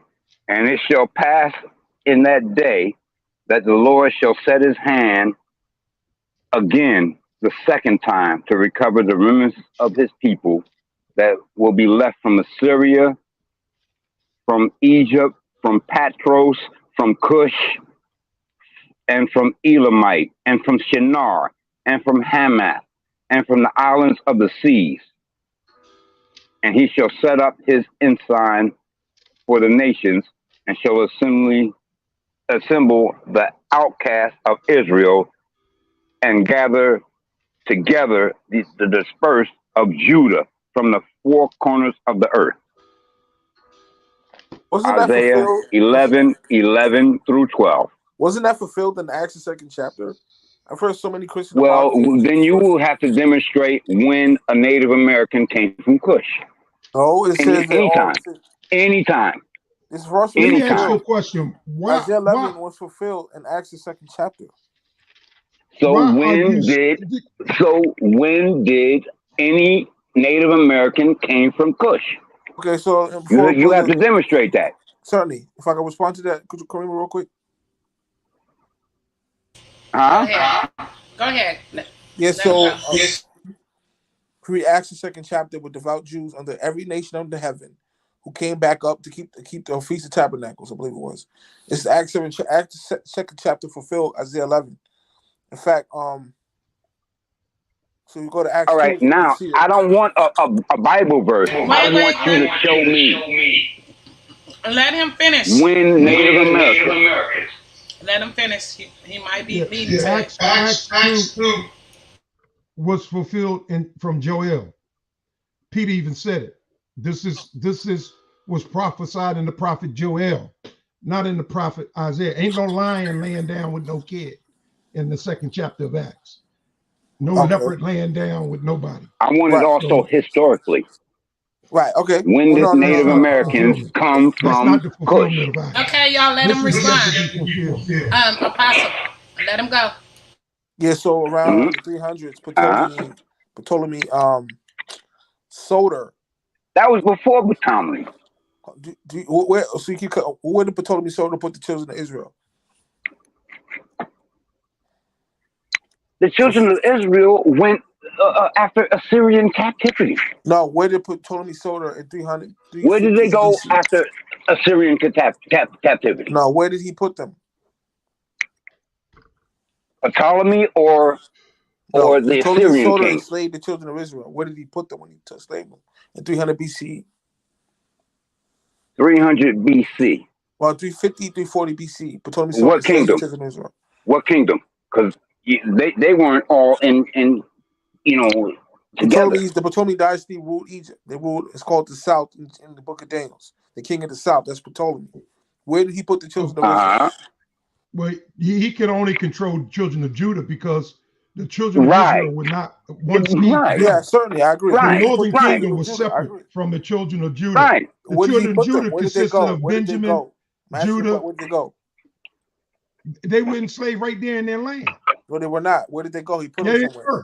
They were. That's during the Maccabean revolt. No, they where were did he put them? Right there in their land. No. They were not in the land. They left the land. Where'd they go? So what happened in 70 AD? Hold on. That's when the Romans. Explain to them, brother, because they don't know. Obviously, where they go. They don't know. Okay, so he keep asking you where did they go. Certainly. So Judah was enslaved by the Greeks. They were forced. We were forced not to exercise our faith and our belief. This is when we were forced us to be. Brother, I didn't ask you that. I just asked the place of a question. Where did they go? Where did Ptolemy Soter put the children of Israel? The majority of us stayed right there in the land. Okay, he doesn't know. All right, so let me educate you because he doesn't know. So let's mute your mic. Okay. So he put them into Cyrene. Cyrene, that's why in Acts the 13th chapter. They were already in Cyrene. Brother, please. Let him finish. Apostle, this is not a debate. Okay. Hold on. Let him finish his information. You keep cutting him off. As soon as you don't agree with what he's saying, you're not going to agree with it. But listen to what he's saying. I got something to say before you start back up. Rabbi Lewis, the brother asked you about Native Americans, and you and the Apostle took the conversation somewhere else. So can we stick back to his question, please? Certainly. Yes. Go ahead. So I responded to that. Before I go back into that, inshallah, I want to say one thing, because they couldn't answer. Ptolemy Soter in 350, 340 BCE enslaved the southern kingdom and put him into a place called Cyrene, which is in North Africa. This is why in Acts the 2nd chapter. So how would the 12 tribe chart be correct? This guy just cut me off. If they know, just cut me off again. You cutting everybody off. No, let him finish. Okay, let him finish. Yeah, certainly. So he put them in the Cyrene. This is recorded history. So the Ptolemies get defeated in 44 BCE. They get defeated by Marcus Agrippa, I believe it was Mark Antony or Marcus Agrippa, and he let the Israelites leave Cyrene because they weren't allowed to go back to Jerusalem, or to even speak to the people from Jerusalem. So he Ptolemy Empire gets defeated in 44 BCE. And I think it was Mark Antony or Marcus Agrippa allowed them to go back, the Jews and Cyrene to go back to Israel to keep the feast days because they weren't allowed to go back till 44 after the Ptolemies were defeated completely. The Greeks were defeated. So they go back to the land. This is why Acts chapter 2, in Acts 13, there was a guy named Simeon from Cyrene. And they say he was black because he was from Africa. Cyrene is in Africa. That's why he's known as Niger because, Cyrene is in Africa. So as far as Isaiah chapter 11, that was partially fulfilled in Acts the 2nd chapter, and we can read that where it says they were devout Jews from under every nation under heaven that came up to keep the holy days. And it goes to talk about Cyrene because Cyrenian Jews just came out of exile a couple years earlier, and it gives you all the different Elam, the Jews from Elam, there were Jews from Patros, there were Jews from Ethiopia who came up in Acts 2nd chapter. So Isaiah 11 was partially fulfilled in Acts the 2nd chapter. Okay, so how long have Native Americans been in America? Is that a question for me? Because I don't want to cut you off. Yes, sir. Yes, it is. Okay, yes, certainly. Yes, sir. Certainly. They came to America after the Syrian.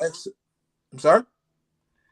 They came into America after the Syrian captivity was 722. Can you give me a historical narrative from peer review? I'm explaining. Peer review. Wait, brother Lewis. If you're gonna ask him, let him finish, Lewis, because I don't think he was finished asking you the whole question. Yeah, so, I want a peer-reviewed narrative of when Native Americans got to America. Okay, go, Lewis. Let him finish. Okay, y'all mute your mic. Yeah, so in 722 BCE, the Assyrians defeat the northern kingdom and took them into slavery, right? So after that, the Assyrian exile, there were some northern tribers who, without boring you to death, they went to Asteroid, which is America. And this is documented. It was a movie with Christopher Columbus. This is also in Christopher Columbus's biography. They said that he read the Apocrypha in the movie. It's a movie called Christopher Columbus. And in 1492, it's a movie. It's actually a Hollywood movie, right? 1 second. And in this Hollywood movie, he says, he had the Apocrypha, which that's how he found America. He said that right in the movie. It's a Hollywood movie. So he was saying that he had the Apocrypha and he saw Ashford in the Apocrypha, and that's how they actually found America through the Bible. Actually, so that proves Ashford's America. Wow. But what about the northern tribers in Kush? Well, the answer to that, only a remnant of the northern tribes, without boring you to death, left Assyria. Most of the Jews stayed in Assyria. They never left Assyria. Even in the Babylonian exile in 586 and 606, only a remnant of the Jews came from Babylon. Only 42,000 and some change. So most of the Israelites are still in Babylon. Most of the northern tribes are still in Assyria. So like I said, to recap, and I give the floor, most people after the Babylonian exile never came back to Israel. Only 42,000. 100,000 stayed in Babylon. And as far as Assyria is concerned, most of the Jews in the northern tribes are still in Assyria to this day. They never left. Only a remnant had left and came to America. So you do have some northern tribes who were in Assyria to this day that probably went to Kush at some other time. They still use a movie for scholarship? Yeah. Didn't you just say? You just said they were there with Alexandria, the Greek. I said what? I didn't say that. I said they were. You just said. Yeah. The Greek Empire fell when Alexander died. It was split into 4 nations. Ptolemy went south to Egypt. Another general went west. Another general went east, and another general went north.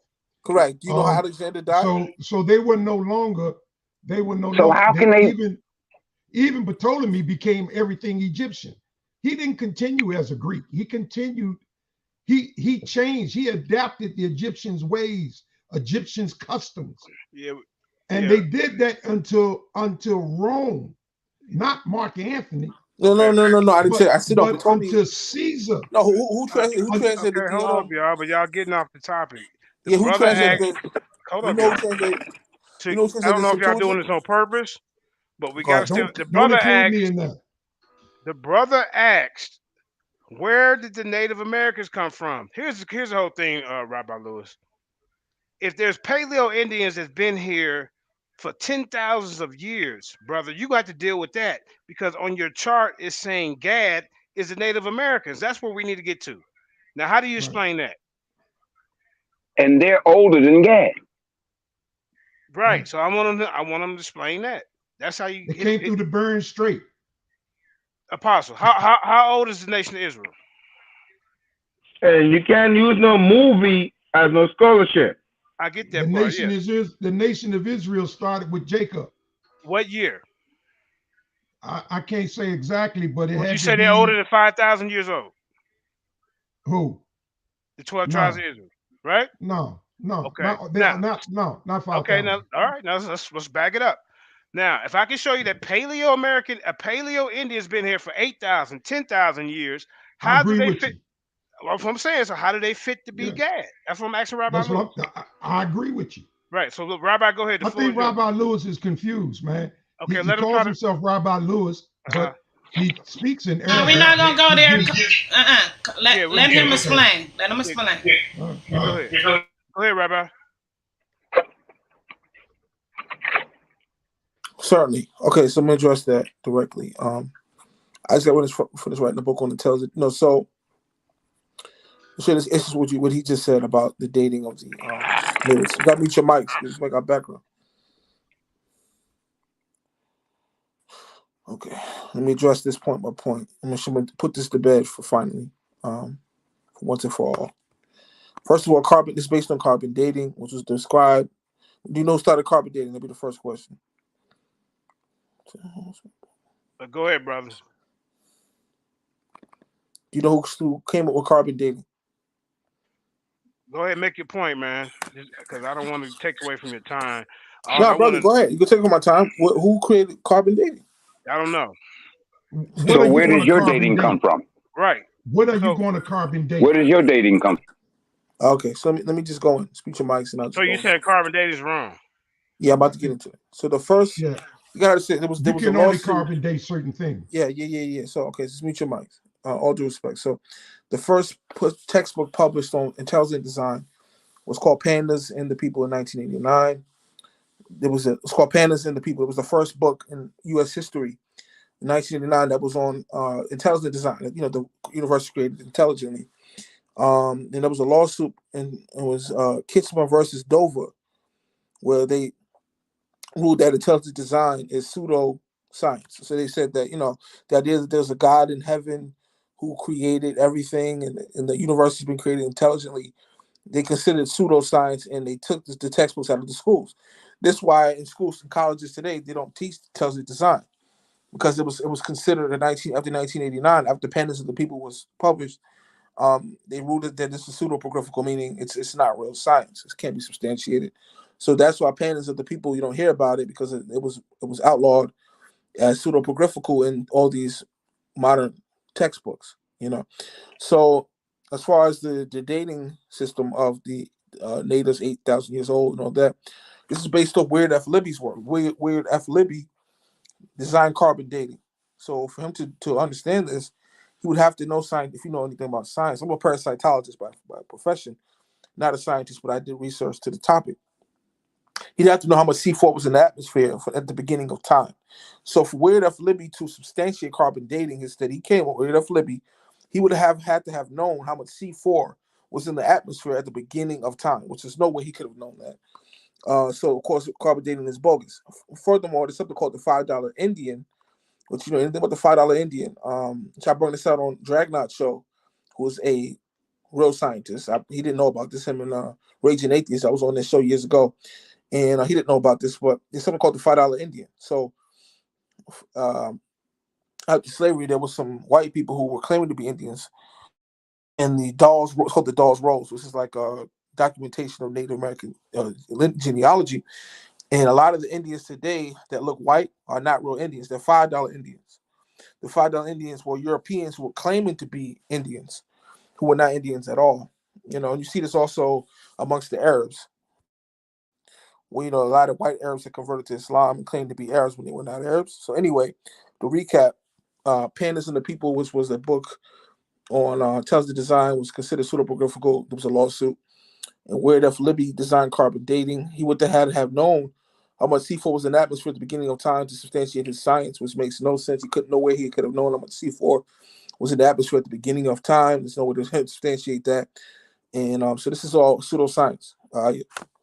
Okay, so there's 574 Native American tribes. Are you telling me that all 574 Native American tribes is a tribe of Gad? I think I answered that. I just said a lot of them are $5 Indians. That's why the Native Americans look white today, because they're $5 Indians. There was something So called how do you Okay, how do you differentiate one from the other? Yeah. Yeah, the $5 Indians. We have it's called the Dawes Rolls. My mentor put me on this. The $5 Indians were he white talked people, about Europeans. he's mixing. He talked about some truth. In 1884, America came. They established at that time 5 tribes, what they called the 5 recognized Indian tribes in America, and they got certain retributed land and stuff to them. So white people started to get these benefits, and to get this land, white people started claiming that they themselves were Indians. We know that was just Correct. because of the 5 recognized tribes. Absolutely. One of those tribes. One of those tribes are Cherokee. My great grandmother is a full-blooded Cherokee. I can pull it up and show it to you. And she was that's spot on. What he just said was spot on. She was not a Hebrew Israelite. And if you looked at her, you would think she was white. But she wasn't white. She just looked that way. But she's native to America. Her family never came. They called the Tonys. Born, bred, raised here in America. My great grandfather, my mother's grandfather married her. He was 3rd generation African, meaning from his parents to his grandparents were all full-blooded African, first 3 generations. And he brought the rift in the family by marrying a high yellow Indian girl, a Tony, which caused a rift in the family to this particular day. And that's on my mother's side. He's all the Tonys are Native American Cherokees or Creeks. And they enslaved Africans. They were not the Cherokees, but yes, Yes, they did. Yes, they did. Yeah, not the Cherokees. Not the Cherokees. Yes, they did. But the Creeks did. Cherokees did. Cherokees did too. All right. I don't know nothing about that. They had Africans. Hold up. Let me get back to the track real quick. Hold up. Okay. All right. Now, so he's making a claim that we cannot trust carbon dating. How far back can we? Not past 80,000 years. Okay. All right. Stop. Did you say 80,000 years? 80,000. Is that what you said? What they call that 70,000 year, 80,000 year, which carbon dating breaks down. Thank you, Apostle, for saying that, because I asked him. I said that Paleo Indians were here 10,000 years. Then and then in some other parts of the country they were 8,000 years. So now we back to that right there. So we can trust carbon dating when we're talking about Paleo Indians. What's the name of them other people? So now, Rabbi Lewis, we got to get back to that. And also, we have another problem with your tribe of Issachar, who you say are the Hispanics or the Mexican, or you say the Mexicans. when you go look But up they there, even got the Seminoles in there too. right? Yeah, the Seminoles is supposed to be somebody else. Yeah, They which took is the Seminoles, crazy. right? They took the Seminoles and made them Reuben or some shit like that. Excuse my Yeah, language. separated them from Gad. I mean, Right. like, and the Seminoles is a Spanish Negro mixed people because they were first occupied by the Spanish. I like to bring up a Bible verse. Can I respond to that, JJ? Respond to that at how the Paleo is. You see, you can't say that the carbon dating is wrong now because we can go back 80,000 years. This is bogus. 70, 80,000 years. It doesn't break down. Let me respond to that. They found the mammoth. They found the mammoth, and how they figured this out was the head of the mammoth that was supposed to be like 70 or 80,000 years old gave them one date, and the tail gave them another date. That's the reason why they had problems with the shroud, because parts of the shroud gives them one date, parts of the shroud gives them another date. Because carbon dating is the grading of radiation, and you can't control it. It is something that is not controlled by man. That's why it's based on a theory. Carbon dating to this day is a hypothesis. It's not a fact. Can I go to this verse? Genesis 15, verse 13. I want to respond to that. And he said to Abram, Genesis 15, verse 13. And he said to Abram, know of a surety that thy seed shall be a stranger in a land that is not yours, and shall serve them, and they shall afflict them 400 years. So how are we both Native American and in a stranger of a land that is not ours? Among people, I want to address that we never heard about the carbon dating. Okay, let him respond now.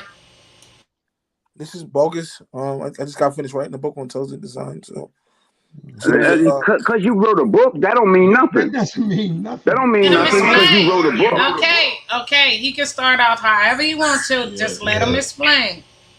Yeah, so has there it was a been peer volcano. reviewed? I mean, what? Apostle, come on now. I'm sorry. Garfield wrote a book and it's trash. I'm sorry. I agree with this. I have that book. It's terrible. But anyway, all due respect to him. He's a good guy. Man. I have that book. It's garbage. But anyway, sorry to say that, guys. Sorry. But yeah, so there was a lava flow in Hawaii in 1800s. It was a. What does Hawaii got to do with us being in a land that I didn't say carbon dating. I gave you a verse, I was addressing what the elder said before you pulled up Genesis. Yeah, you gotta let him finish, please. Thank you. But he's draft dodging. Okay, then you can rebut his information, and if he ain't explain it, then let him know where he went wrong at. Okay. So yeah, thank you. So there was a Holali volcano in Hawaii that erupted in 1801. They used something called radioisotopes, which is a dating method of modern science. So they use radioisotopes, and they dated the rock samples. The original sample was dated to 140 million and 2.96 billion years. The same. Oh, you can't carbon date rocks, man. No, it's called radioisotopes. Stones cannot be carbon dated. You can only carbon date things that have lived. A rock never lived. Apostle, you just cut him off again. That's crazy. They radioisotoped the Hawaiian volcano rock samples, and they came up with a year from 140 million to 2.96 billion. The same was found at the Salt Lake crater or on Oahu. It's the same rocks, and they dated to 400,000 years. And then they did some other tests that did it to 2.6, 3.3 billion radioisotoping. So radioisotoping has been proven to be not accurate based on this Hawaiian rock samples, which vary from 400,000 years to 2.96 billion. Called radioisotoping. I got a lot more to say. I won't give the whole book away, but the book is called the other book I wrote. It's called Who Created the Universe, Yahweh or Allah: A Case for Intelligent Design. Hey, can I go next? Yes, sir. I'm done. Yeah, certainly. I was saying radioisotoping, just like carbon dating, has been debunked. All right, brother Rabbi Lewis. I got you, Rafi. I got you. Brother, now I'm sitting here listening, brother. The brother asked you some kind of biblical question. You went to carbon dating. Then when he asked you another question about something, you went somewhere. Can we stay on track? He asked you about the Paleo Indians. How do you get around the carbon? You said the carbon dating is only goes back, what you say, 5,000 or 6,000 years. But now we had discovered that you can go back 80,000 years. So now the Paleo Indian thing that you said, you got to deal with that, brother. Because like I say, the tribe of Gad, listen, the tribe of Gad is not that old. And then, like I said, how about this? 64% of the Mexicans' genetic makeup or DNA or whatever you want to call it is 64% European, 20% Native American, and then the rest is like 4% maybe African. So are you saying that maybe Europeans is part of the 12 tribes chart? I mean, those are two questions I'd like you to deal with. Right. So Paleo Indians, and don't jump over to left field and talk about intelligent design. We're not even talking about intelligent design. That was yesterday. You should have came on yesterday when we was talking about intelligent design. Today we're talking about the 12 tribes chart. You said it's correct, and then it's two gaping questions that you got to answer. Those two that I just named, brother. And that's all Raphael wanted to say, but Raphael might want to reiterate what he was going to say. Hold on. Raphael, go ahead. Okay, go ahead. Go ahead, Raphael. Genesis 15:13. How is Abraham's seed being in a land that his forefathers know not, and also being Native American? So go to Genesis chapter 17, verse 15. Make sure I got that right. Hold on, that's the right verse. That's talking about Canaan, bro. That's talking about America. Let's prove that. And then after that, can you please deal with that? Or you go? Don't act like we didn't ask you, because you sure avoiding it, brother. You told him to go first, bro. So that's I know, but those are part of his questions too, Robert. I'm not being disrespectful, but people gonna have to start answering the question, man. Stop hop, skipping, and jumping. I'm saying you doing some of it, man. But we had people like Mudawater came over here the other day, and he jumped over the whole goddamn field. He didn't do the hopscotch. You see what I'm saying? Genesis 17:8. I'm sorry. Genesis 17:8. Yeah. Okay. So that the strange land was Canaan.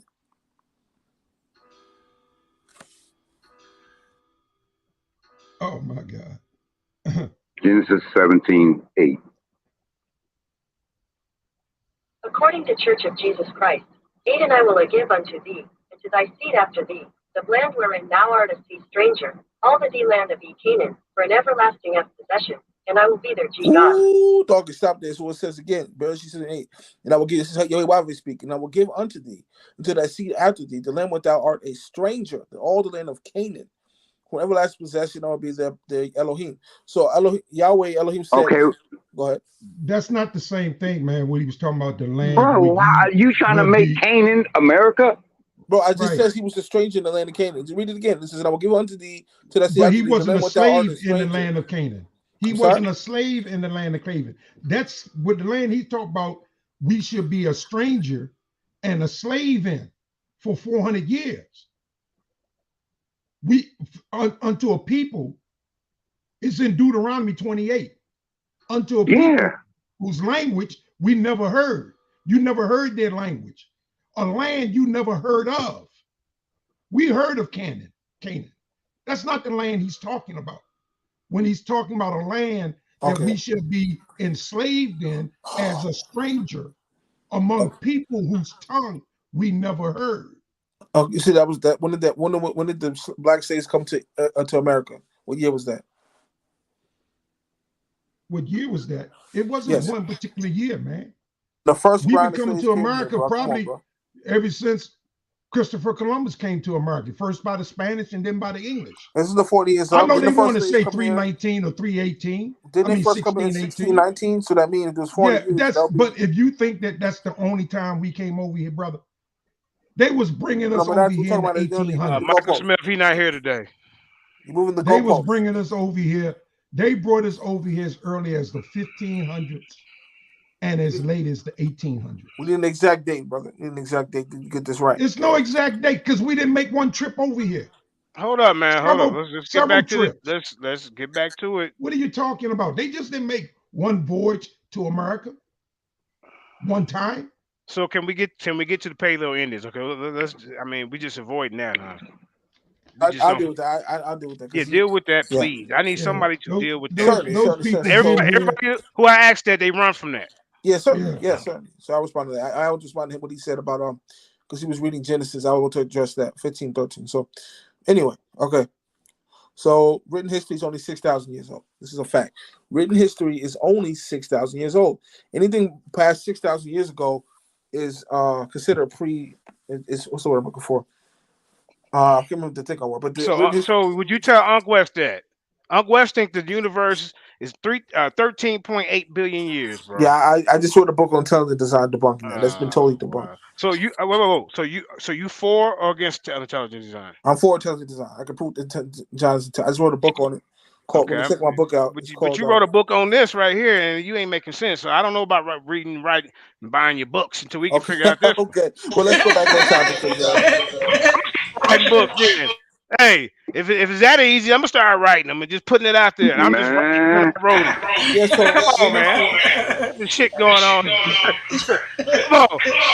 Come on, Rabbi. No, let's deal with it. Yeah, certainly. So written history is only 6,000 years old. Anything beyond I talked to Uncle about this before. So he would concur that there's no written history past 3,200 BCE, which is what about 6,000. There's no written history before that. It's a fact.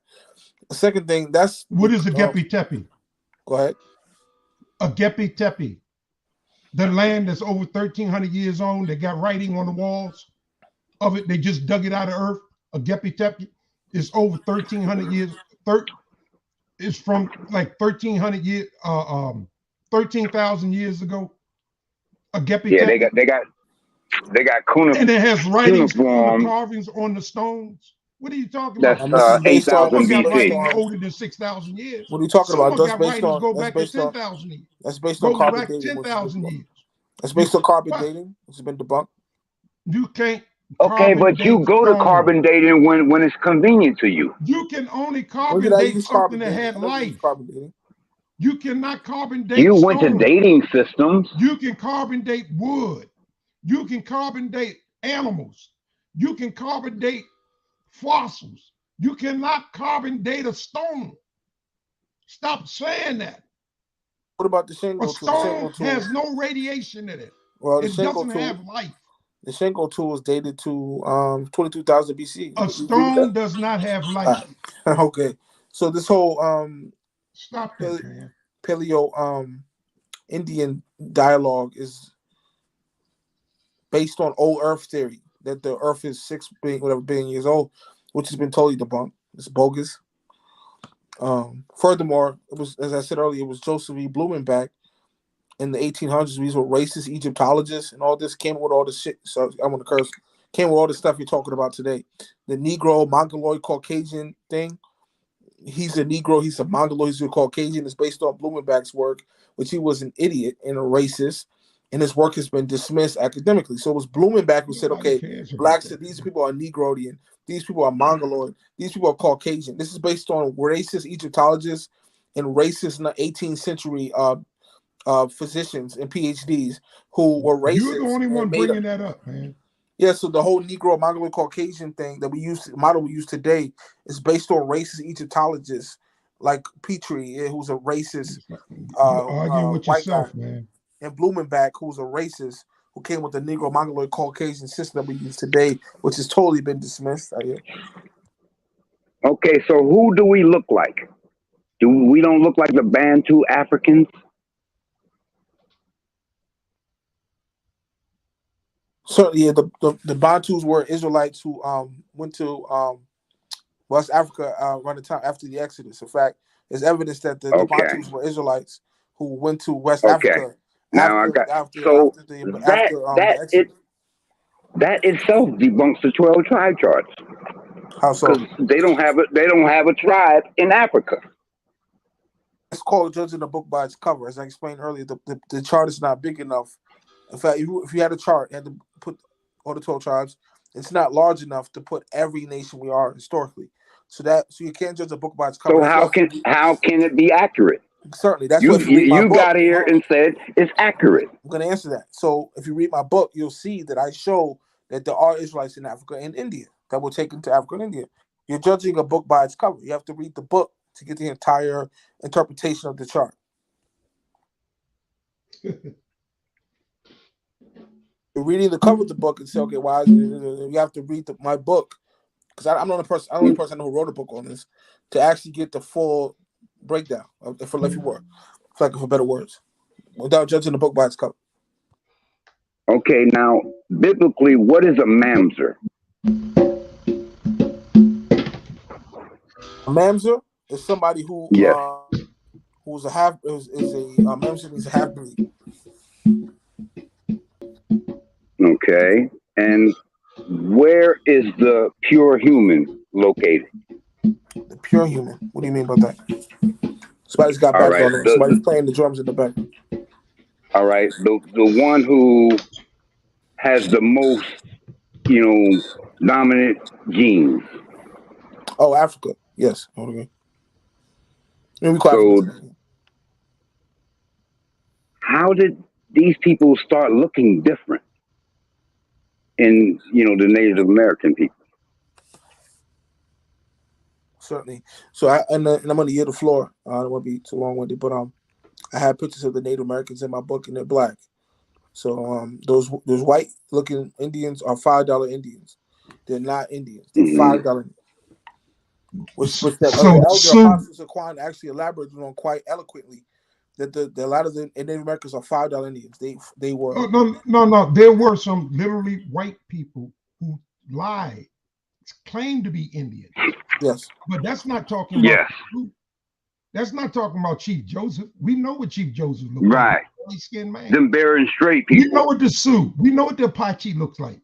We know what the Mohawk looks like. We know what the Blackfoot looks like. We know what the Chickasaw looks like. So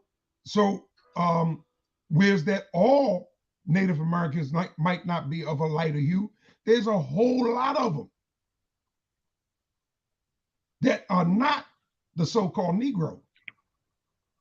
And I'm talking about like the Sioux, the Cheyenne, the Dog Soldier, the Cheyenne. They don't look Negro. The ones that didn't bury their dead, they took their dead and stuck them up on poles. Yeah, certainly. In fact, when the Hebrew addressed this, Alizar from Sakari did we do that? Did we take? Yeah, certainly. I'm going to address that. I'm going to give the floor, and that's why they'll speak. I'm just saying. But, did we take dead people remains, skulls, and make masks and put them on our face? No, what we did, we had ossuaries. You know what ossuary is? Will we do something like that? Yeah, certainly. You know what ossuary is? These people did that. Yeah, I'm going to explain that. These people took their dead, their skulls, and made masks out of them and wore them. Yeah, let me respond to that. First thing first, you know what an ossuary is? I know what an ossuary. An ossuary is after our dead is laid in, and we go collect the bones, put it in the ossuary, and there they remain for the rest of their lives. Right. So we bury our dead within 3 days. Yes. That's how we did things. We didn't embalm our dead. Certainly. So we buried our dead as soon as we could, and we go back a year later, collect their bones, and put it into a little box called an ossuary. Certainly. This is why the Bible says that Jesus resurrected after 3 days, because somebody's got background on. See what? Because it was believing in Judaism. It was a custom that the soul of a dead body remained with the host for 3 days. That's why the Bible says that he resurrected after 3 days, because it was a Jewish custom, and Jewish law that. But we didn't collect the bones in 3 days. You don't turn the bones. No. I said that's collectible. I said Jesus resurrected on the third day, because it says it was known in Hebrew culture that the spirit dwells amongst your body still for 3 days. That's why it was the third day. But anyway, so this is kind of Gorilla Hebrew. She guys heard of. How many days was it when Jesus resurrected Lazarus? How many days was he dead? Oh, that story of Lazarus and the rich man is a 6th century addition to. No, I'm not talking about the story of Lazarus. I'm talking about Lazarus, Martha, and which comes brother.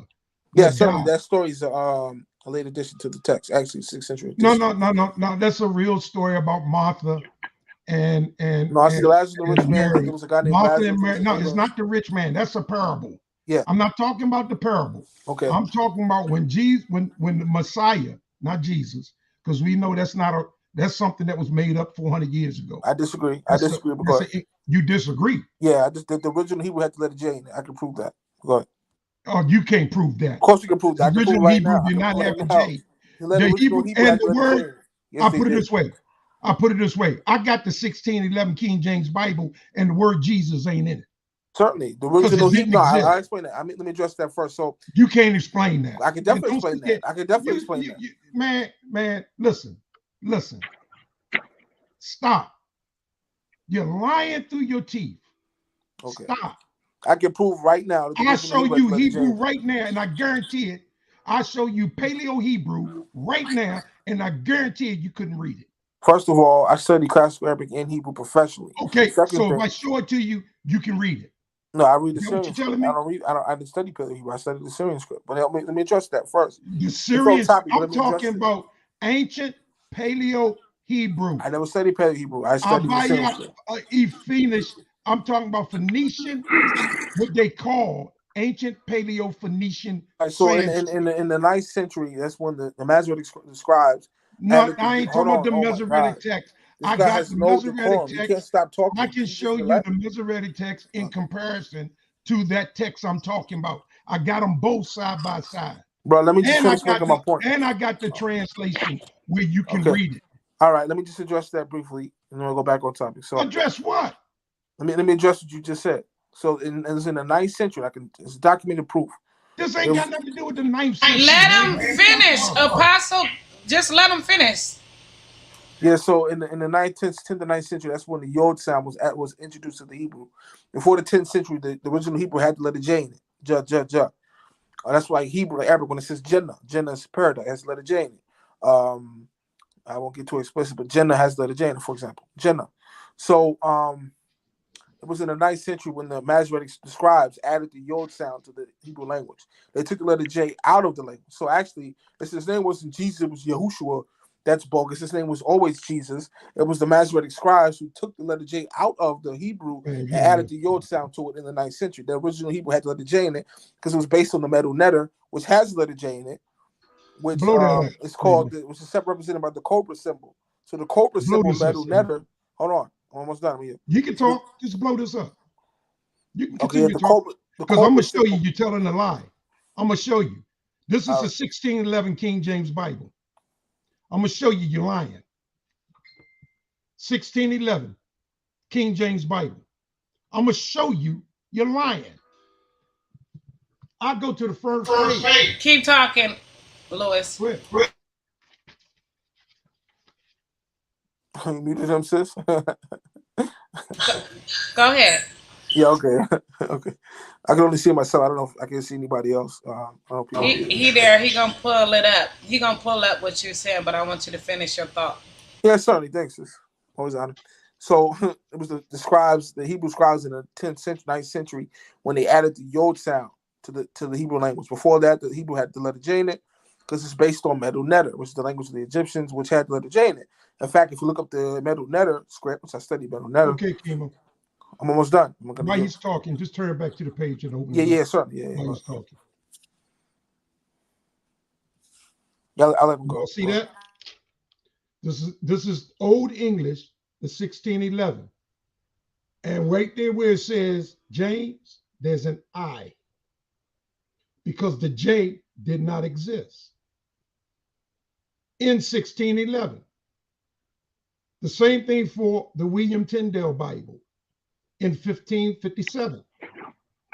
There's no J because the J letter did not exist.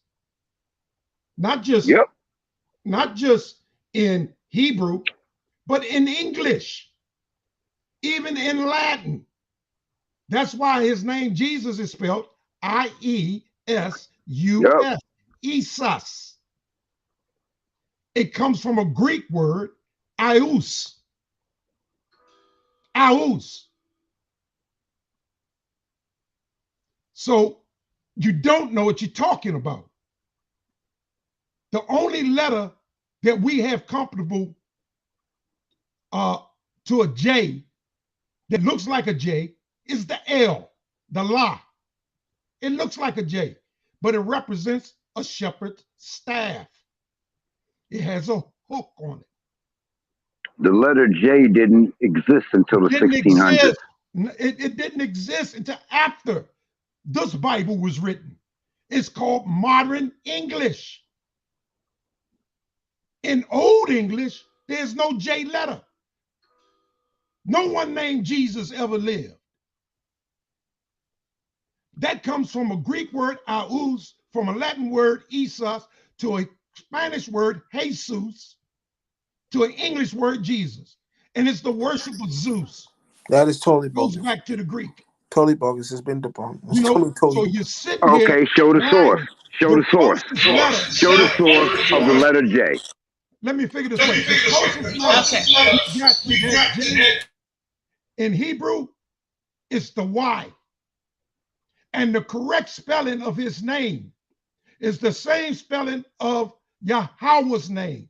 When you take the tetragrammaton, YHWH, we know that's the tetragrammaton. And we know his name comes from his father's name. As it says in Exodus 23, my name is in him. Beware of him. Why? Because the tetragrammaton, let me stop. The tetragrammaton, YHWH, the only letter in Hebrew you can add to that is the first letter A. Not the aleph as in Aramaic, but alapa, which means ox. The ox head. Alapa. The alphabet is called the alapatha or the alaba, the alabet. The only letter you can put with that is the A. You put an A between Y and H, an A between H and W, and an A between the W and H, which is the tetragrammaton. Yahweh. His name, you add the Shah, the 22nd letter in the alphabet, which means the devour, representing the destruction that he's going to go through. In the word Barashi, as in that first verse in Genesis, bara Alahayim et Hashemayim wa et Haaretz. What did I just say? In beginning, God. In beginning created God. Alahayim. The heavens and the earth. And then it starts, and Haaretz, and the earth was Hawatha, without form and void. If I show it to you, I guarantee you can't read it. Okay, let him go now, because I want to hear what he had to say about the J and Ben and Kim and all that. I want to hear it. He's going to lie. So first thing he did was he appealed to Lashon Kodash, which he's reading. Oh, bro, oh my, don't talk over. It's his turn. He let you go. Yeah, but no. Because you did the same thing when you went. So let him go. He just appealed to the Lashon Kodash, which is Ghetto Hebrew. It was created by Arya and One West. It's already been dismissed. Okay, it's not real Hebrew. In fact, Jeff A. Benner, who is a Hebrew scholar, has debunked Lashon Kodash, right? Anyway, so he's speaking Lashon Kodash, which has been debunked. Now, of course, if you want to use that, that's fine. But don't try to impose it on us if it's real Hebrew. If you choose to use that instead of the current Assyrian script, that's fine. That's your prerogative, right? So if you look at in Genesis, he quotes Genesis 1:1, better in the beginning, God created the heavens and the earth. Look at the word for God there in Genesis 1:1. Bereshit 1. It's the word there is Elohim, not Yod-Heh-Wav-Heh. So when it says God created the heavens and the earth, the word there is not Yahweh, it's actually Elohim. So it says Elohim created them, not Yahweh. Yahweh didn't create the heavens and the earth. It was Elohim. Well, what about the idea that Elohim and Yahweh are the same entity? That's been debunked. Not to bore you to death, but in fact, let's get that in the book of Psalms. The Psalm says that who amongst the sons of El is likened unto Yahweh. So actually, originally, Yahweh was El's son. So today, Yahweh and El and Elohim are the same God, same entity. But in history, Yahweh was El's son. El, the god El of Canaan, had 72 sons. One of his sons was named Yahweh. So to recap, El had 72 sons, and we'll prove that. One of his favorite sons was named Yahweh. He appointed Yahweh as the God of the Israelites. So it says Elohim created the heavens and the earth, not Yahweh. Yahweh didn't create the heavens, it was Elohim created. What about the idea that Elohim is Yahweh? That's been debunked because Yahweh was Elohim's son. El had 72 sons, and one of his sons was named Yahweh. So let's check. Yahweh didn't create the heavens and the earth. It was Elohim who created it. It was not Yahweh.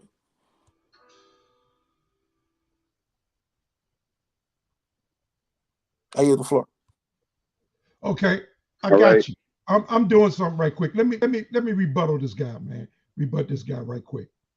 I'm coming back into the screen right now. Let me see where I'm at.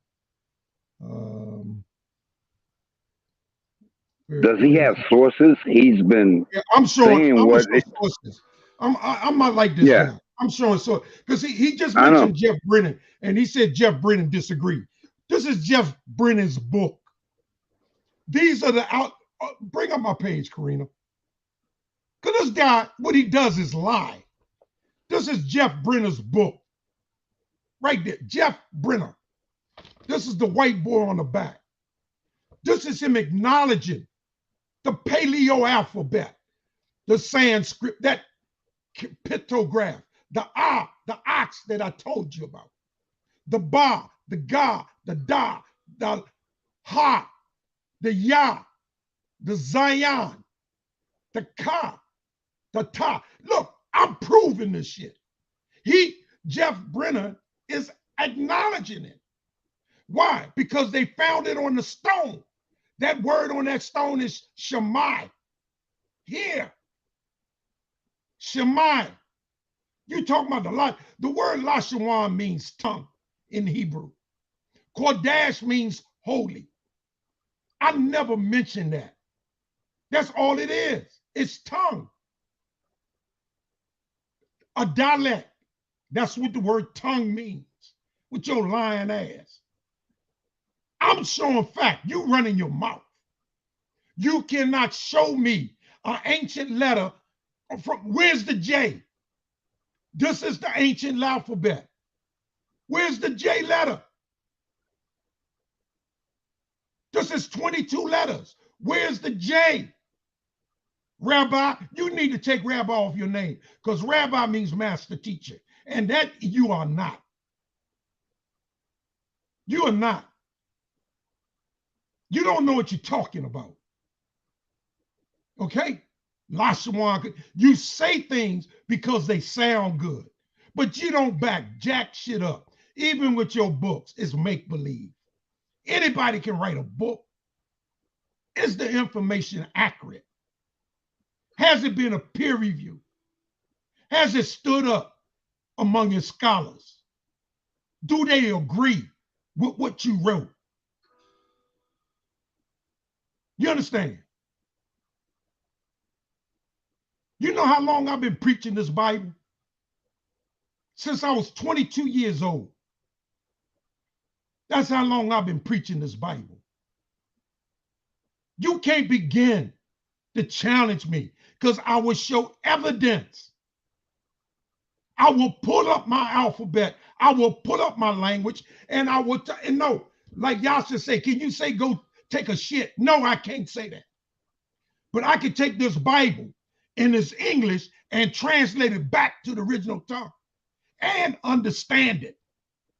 from the Hebrew point of view, or what we call Hebrew? Can you do that? Can you translate this English back to the original tongue? Because I can. Let me share my screen. I'm tired of this guy, man.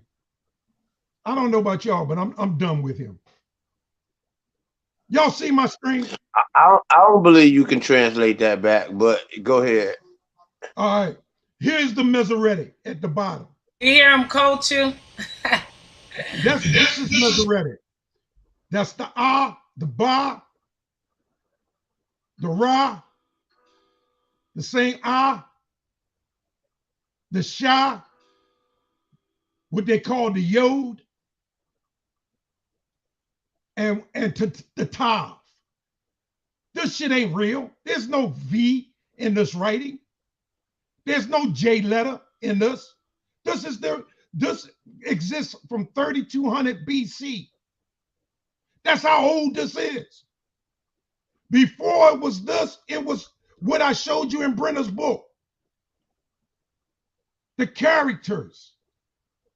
They use characteristics, characters, pictograph. Can you read this, Rabbi? Do you know what that word is? Do you know what that word is? How about this word? Do you know any of this? Can you even read this bullshit? Because this is the Masoretic that was created in the 6th century AD, between the 6th century and the year 1000 AD by the Ashkenazi. This is what I translated from that original writing. This is the translation. Can you even read the translation? This is Genesis 1 through 5. Can you read any of this? Do you know what this is saying? Now, I believe Yasha probably can read it, because he do have an understanding. But when I'm talking about Abayath, Abaryth,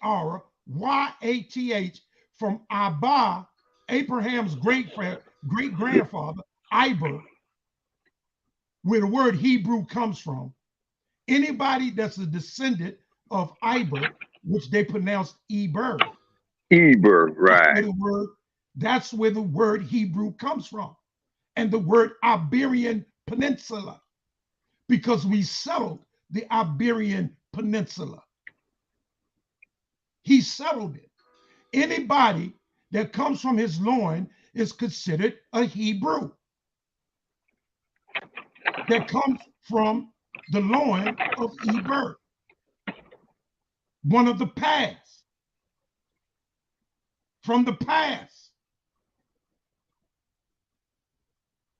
But you, in order to be Israel, you have to come through the Hebrew Jacob. Esau himself is a Hebrew. Lot is a Hebrew. There are a lot of Hebrews in the world. The Hickotu were Hebrews, but they are not Israel. In order to be Israel, you have to be born of one of the 12 sons of Jacob, Yahweh. Talking about Lashawan Kadesh, Barashit Bara Alahaya. You see this word? In this one word, if you understood Hebrew, you know the Ba is the house. You know that. Or the tent. In the house of Ra. And I will go back to that Masoretic, this word bar, which really is barn. Yasha says bin because he's using Aramaic, but it's barn.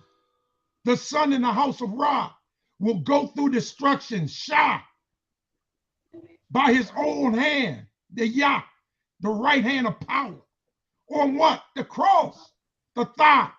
I use Afro-Asiatic. I don't use European, sir. That's not European, man. What I just said to you. What I just showed you this is European. That's not European either, man. You don't know what you're talking about. This is European. This is Ashkenazi. 10th to 1000 Masoretic from the Masoretic. Don't have a monopoly on the Hebrew, sir. This is modern Hebrew. That is not modern Hebrew, brother. Today, this is modern Hebrew. Spoken. You want me to show it to you? God damn. Do I have to show it? Shit. Ain't nothing about that modern. The alphabet ain't modern. The language ain't modern. Ain't none of that modern. We'll see. We'll see what Wikipedia has to say about it. I say it is. Okay? We'll see if it is or if it's not. Let me see if this is the one I want. Yeah, I just wanted to get on here real quick because Rabbi Lewis talking about some Yah is not in Genesis 1. It's all through Genesis 1. That false word Elohim, the Hebrew word would be Elohim. Understand, I don't know if you believe, brother, in the New Testament, but in John 1:1, it talks about the word influence, what the word had to do with creation. And all right. So let me respond to this. Let me show this real quick. I just want to show. Let me respond to this guy. Something very quick about. Let me see, where is that? It might. I don't think it's here, but I might have it. Rabbi. Oh, here. Lewis. Yeah. Here it is. Let me see. Or is this just talking about them damn devils? That's what we were talking about last night. Powerful show over there with Naphtali, the Horites. I respond to this guy, Katrina. Karima. Yeah, y'all go ahead. I'm not going to do this right now, but I can back up. I'm gonna stop sharing this screen. I just don't talk. I can back up everything I'm saying. I got an article straight from Wikipedia talking about that Masoretic tongue. So I know that you go to Jerusalem today. Don't let what I hold up, let me finish. I just had to correct you that nothing I said. You can correct me after. Stop, man. Just stop, Yasha. And nothing about the way that you showed was modern. Everything I showed in that Masoretic tongue is modern. I could do it, but we can have another conversation about that. Y'all already hijack my preliminary. Wait, I want to hear from you. I want to hear from you, Yasha. But let him finish. But I was wondering. I just said what I had to say. I'm done. Okay. You go to Israel today. Every street sign, every establishment that has a name is written in the Masoretic tongue. Is written in the Masoretic tongue. I got the 13th Apostle by Arthur Coase. I got that book, and it tells you straight in that book in the 6th century. The Khazars gave authority to the Ashkenazi. They created a religion. That's what the book says. They created a religion because they didn't want to be under Catholicism or under Islam, the Caliphate. And if they didn't want to pay homage to the Pope or to the Caliphate, they need to come up with something, and they did. They came up with the Judaism religion. No, they didn't. That's not even how the story goes, bro. Tell it right if you're going to tell it. That's what the story is. So you tell it what you want to tell it. And I done told you once, nigga, shut up. All right? Shut up. Okay, can I respond to what he said? Don't come in here interrupting me, telling me that's not how the story goes, when I can show it to you in black and white. All right, we'll pull it out and read it for us then. Yeah. Because you're not even reading it verbatim. You ain't even paraphrasing it right. Can I respond to that, Kareem? Because you said a bunch of stuff I want to address. Well, we'll see in 5 seconds. Yeah, go ahead. What's this? What is that? What's this? Octocosia. 13 tribes. Let's see what he say about it, because I got it underlined. Y'all motherfuckers, y'all think I'm playing? Put it on the screen for us. I can't put this on. I'll put the book on the screen, and I will read it. The new triangle of powers we play. This is after it was created. Wait a minute. Let me get to the front part when they accepted it and why they accepted it. Because they didn't want to be under the authority of the Pope or the Caliphate. But you said that they created it, though. They did. They came. It didn't. The religion did not exist. We never followed a religion. What we did was a way of life. It started out as people of the way. It was not about a religion. We don't worship God out of religion. And if you don't know that, then you need to really learn, get somebody to teach you. We don't follow religion. But they do. It's called Jewish religion. Where the word come from? Where the word Judaism come from? Where the word Judaism? You want to say it comes from the state, the country? No, it didn't come from. It didn't come from no Josephus. No, it came from. It came from the Yehudim. Let them talk, Apostle. It came from.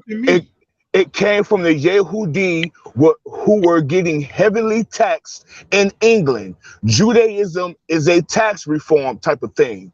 It's about the heavy taxes and the burden that they put on the Yehudi that were fleeing from Rome that went into England. That's what Judaism means. It's a taxation. It had nothing to do about the religion. Can I address that real quick? That's bullshit. Yeah, go ahead. All right, so I want to address what the elders the Romans didn't exist when Judaism became a religion. Yeah, so in response to what are you talking about? Rome was already in Israel at what year? What year was Rome in Jerusalem? It was during the time of Christ, right? So you just played yourself. You just played yourself. During the time of Christ, after AD 70, when we fled out of there, and AD 70, when we fled out of there, we were no longer there. Our people were no longer there. So how do we get to be Native Americans then? We ain't Native Americans. Never were. Okay. All right, so let me respond to that. Let me respond to the elder apostle said. Before Christ. Yeah, look, can I address that, Kareem, what he said? Yes, go ahead. Let him address that, and please, everybody mute their mic so he can at least, get out his stuff. Yeah. Karima, you do have to admit, I'm the only one showing shit. Everybody talking. Yeah, you the only one. You the only one. Everybody is welcome to share their screen. Yes, sir. Let's address what he just said. He appealed to all the coast 13 tribe out the coast, which, of course, the 12 tribes chart. Yeah, Abba Bivens said it's not real. He created the chart. Arthur Costa came. I'm going to curse. Excuse me, almost curse. KPG. Costa came out and said that his book was bogus. After he wrote it, he came on it before he died. He said that he made the stuff up and it's made up history. So yeah, the 12 tribes chart was made up by Abba Bivens. Abba Bivens said it's not real, so why do you use the chart? When using Arthur Costa's work, are you serious? Costa came on and said that his shit was bullshit. Anyway, so I'm riled up, so I'm cursed. Sorry. He said this is bullshit. He came on and said all the shit I wrote was bullshit. Show me. Show it. I'm almost done. Don't talk. No problem. I'll do it. No problem. Let me just finish my thought. Let me finish my thought, please. So sorry, I cursed. I got riled up. So he quotes Jeff A. Benner. He's got Jeff A. Benner's work like a retard. When Jeff A. Benner did an article on Lashwan Kodash in the Black Hebrew Israelite movement, and it totally dismissed Lashwan Kodash. This nigga Jeff A. Benner has a blog site. He has a blog site. Did you ever hear me mention Lashwan Kodash? I'm sorry. I told you the word Lashwan means tongue. I know what it means. The word Kadash means holy. Dude, I know what it means. I've been a Black Israelite. And that's it. That's all. I never mentioned nothing called the Lashawan Kadash. Yes, you did. You appealed to Lashon Kadash. You said I did not. I talked about Abaya. Bro, mute your mic. Let me finish. I didn't cut you off, bro. I didn't cut you off. But you never heard me mention that word. Dude, why you keep cutting me off? So don't put that word in my mouth. Look, be a man and don't put words in my mouth. All right. So like I was saying, this guy. Let me okay, squash the word. Okay, squash the word. He misheard you. I want to say something real quick. No, okay. You can say it after him. Let him finish his thought. Thank you. So, like I was saying, Jeffrey Benner, he just quoted like a retard, came on and said that the 12 tribe, the Hebrew Israelites are a false movement, and he said that the logical Kadash is some bullshit. Let's keep going. So don't quote Jeffrey Benner like a retard. Furthermore, that's right. Well, as far as the Hebrew is concerned, it was actually Simon Bar Kokhba who tried to resurrect Hebrew because Hebrew was a dead language at the time in the 2nd century. What else do I want to say? I want to go to Psalms 89 and 6, but this is kind of on topic. I'll say this for another time. But all I want to say was Kostler came out and said out of his own mouth that his book, his research he did he made it up himself, and it's not even historical. So I yield. Show it. Show the evidence. You say things, but you show nothing. You make a lot of comments, but you show nothing. You got nothing to show for what you say. Nobody takes Kostler serious anymore. Nobody takes him serious. If you got the Rabbi, if you got the information, you can send it to me and I'll pull it up. Right. Apostle. Okay, give him a chance. So if you got the information to show, then send it to me and I'll pull it up. But go ahead, you're sure. Apostle said that he is the only one showing evidence,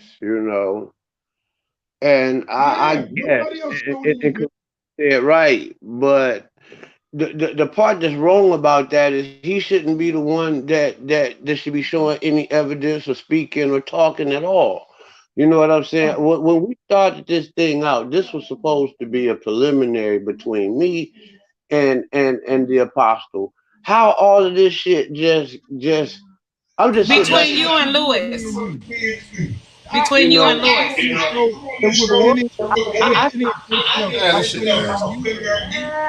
Again, when I say something, I just joined the show that somebody they was talking about this 12 charge shit.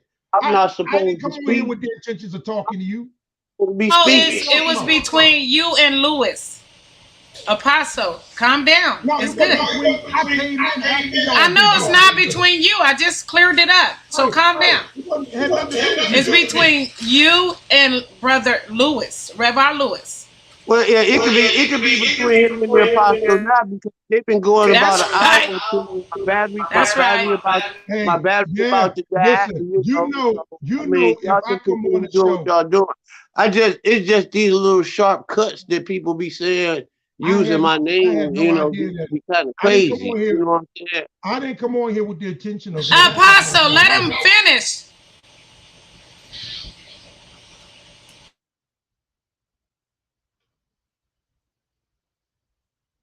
Go ahead, Terry.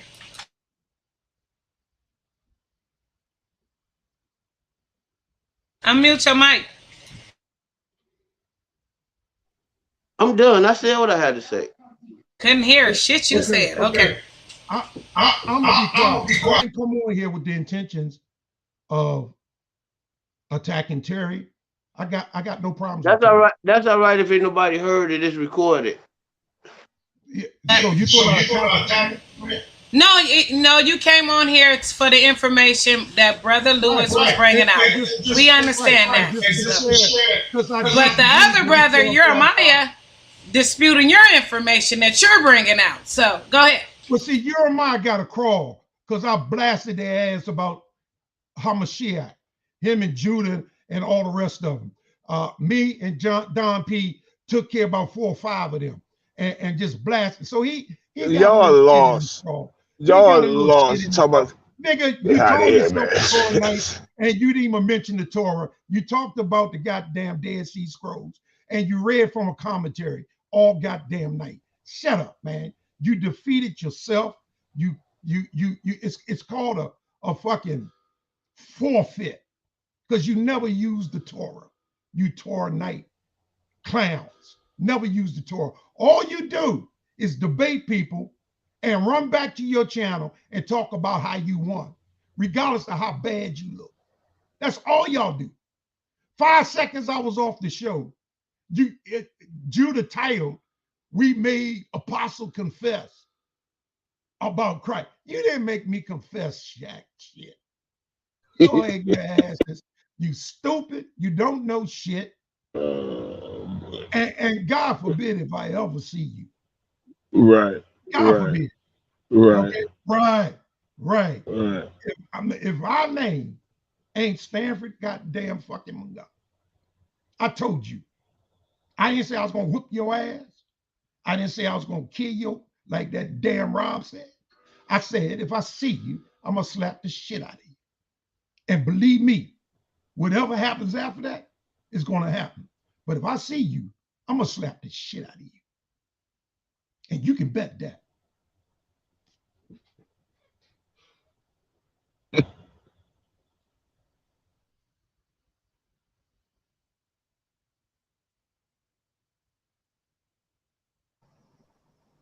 Is that it? I still want to know about Isaiah 11 through 12. That wasn't dealt with. He still didn't deal with the Paleo Indians. He still didn't. Pause. Let me say something. I ain't said it in a minute. He still didn't deal with that. He still didn't deal with most Hispanics or Mexicans is 64% European. So he ran for those two questions from the beginning of the show. Paleo Indians have been in the United States for over 10,000 years. Talk about 10,000 years, Rabbi Lewis. How do your book debunk that? Because you're saying that the tribe of Gad is the Native Americans. That's y'all just lumped them all together. Say, hey, this is it. Get off the boat right here, Gad. Then we're gonna move further down. And all right, everybody, we in Mexico. You Ishikar, get off the boat. That don't work like that, bro. I mean, that's a fairy tale, bro. Yeah, so, and then he admitted that it was some in Africa. So again, Raphael? He admitted that there was some in Africa. Oh, Apostle, you gotta let some other people speak, brother. We love you, but come on, brother. I'm disagreeing with you, brother. I'm agreeing. Oh, okay, but if somebody was speaking though, you kind of cutting them off, man. Oh. All right, yeah, come on, but anytime I speak, let him speak. You know? No, I'm talking to you. Go ahead, Raphael. Get it in. Okay. All right. Now the Igbos say they the tribe of Gad, and we can prove by DNA that we are related to them. In Virginia, where I'm from, we got Igbo gravestones. So now, how does that work out, man? How are these Indians? They my people, but the Africans are not my people. Sorry, can I respond to that, JJ? Well, I guess was you done with your? Are you gonna dance or are you gonna respond? Yeah, I mean, come on, man, because I mean, if you gonna dance, man, we ain't trying to hear no goddamn Gregory Hines tapping around. Nah, nobody's dancing, bro. Nobody's dancing. All right, make it 1 minute or less. Go ahead, go. Certainly. So there was a guy who sent his DNA into a DNA company. He took the DNA swab of his dog. He had a dog, like an animal dog. I didn't say a DNA, bro. I said there are Igbo gravestones in my hometown. Robert Lewis, let him get into the Igbo stuff, because you ain't gonna answer it, bro. You ain't I'm answering your question. Now you're talking about the DNA swabs and all this, bro. Can you at least address what he's saying? No, I'm addressing what you said, bro. You said, "Oh, the paleo." No, he want to dance. The paleo Indians, go back to Raphael and address me later. We can address what JJ said first. Let me get the floor. So there was a guy. Go ahead, bro. He did a DNA swab of his dog's saliva because he was a skeptic. He didn't believe in DNA. So you know what I'm gonna do? He took his DNA of his dog. He had like a pet dog, and his DNA and the dog came back Native American. So that shit is some bullshit. But go ahead. How you? Because you say it's bullshit, huh? How this nigga's dog's DNA came back Native American, bro? Because that's a lie. You lying. Show it. His dog's Show DNA it. Like Native American. You keep making these statements, man, and how unlandish they sound. You just say this shit anyway. Show it. Because I'm going to tell you something. Everybody that I'm related to, I took 2 of them. and all my cousins, they are right there. This is your cousin. Listen, I found my father. All right, Kareem, I need to From share my DNA. screen. I need to share my screen. Let me see. I mean, you sit there, people talk that shit about DNA, but when it comes to blood relative, that shit is now. This shit about what happened, who you from 6,000 years ago, that shit is retarded. But your family that took a DNA that you share DNA with, that's true. And ain't nobody took no damn DNA test with no dog, and it said it came out American. Nigga, stop lying. You know where he's going to? He's going to an off-brand company. Nobody even uses where he's that going company. to. He's lying. Ain't no damn dog DNA come out as human. He's lying. No, it was an iguana, and he. All right, can y'all see my can y'all see my screen? Yeah. All right, Rabbi Lewis, you see the screen, right, brother? Yes, brother. All right. Now we know that carbon dating goes past 12,000 years. Are we on the same page? Right. I believe in carbon dating. What? Clovis people. It says now. How old is the tribe of Gad? Estimate about. No, don't help him out. Okay. I'm asking the brother who wrote the book. Mm-hmm. Rabbi Lewis. Oh, certainly. Yeah. I'm gonna have to look, but it goes back. I'm about to send Kareem the article on the dog with the DNA. That's what. Sorry, I was sending her the article. But as far as Dan was the great grandson of Abraham. Abraham was what? What day was Abraham? I'd have to pull that up. I'm doing two things at once. Hold on. Lying, what you doing? You're lying and running. That's what you're doing at the same time. No. I'm sending Kareem. That's the two things you're doing, and you're gonna have to cut it out. Now I'm asking you one more time, brother. Okay. You say in your book that the 12 tribes chart is correct. So my question about your chart is, how old is the tribe of Gad? Sorry, I got you. That's the Indian ones, right? The Native Americans. Go ahead, brother. Yes, this is around 1600 BCE. 1600 BCE. Because Abraham died in 1975 BCE, so they came a couple hundred years later. So probably around 1516 BCE. Okay. So do you see what I got on the screen, brother? Yeah, Kareem, I just sent you the article, Kareem. We can look at it. No. I actually, do you see what I have on the screen? Brother, I get it. Come on, man. Brother, I'm saying, go ahead, anybody brother. else see what I got on the screen? Yeah, we can see it, bro. Paleo Indian period, 12,000 to 10,000 BC. So let me ask you this: are the Paleo Indians Gad? Obviously not. If you go with carbon dating, which I'm about to dismiss, but no. Okay, so all right. So you said at least so I can give you some of these 527 tribes that descend from the Paleo Indians that you say that are part of your 12 tribe Gad guys. I can do that, bro. So you ain't finna dismiss nothing. Now you're gonna have to deal with the facts. We can go look at more Paleo Indians and how some of them came. The Newt came from the Newt Indians, all kind of different tribes, bro. It's five. So are you telling me that Gad populated 547 tribes in the United States, in Canada, and all that? You know. Hey, JJ, ask him. He playing games, bro. Let's find some more Paleo Indian stuff. Yeah, ask him what does the word paleo means. Ask him that.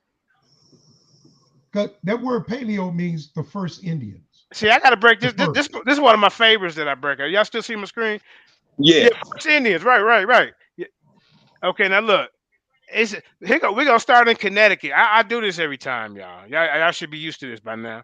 It says Paleo Indians inhabited the Connecticut region some 10,000 years ago, exploiting the resources and the streams with large range of stone and tools.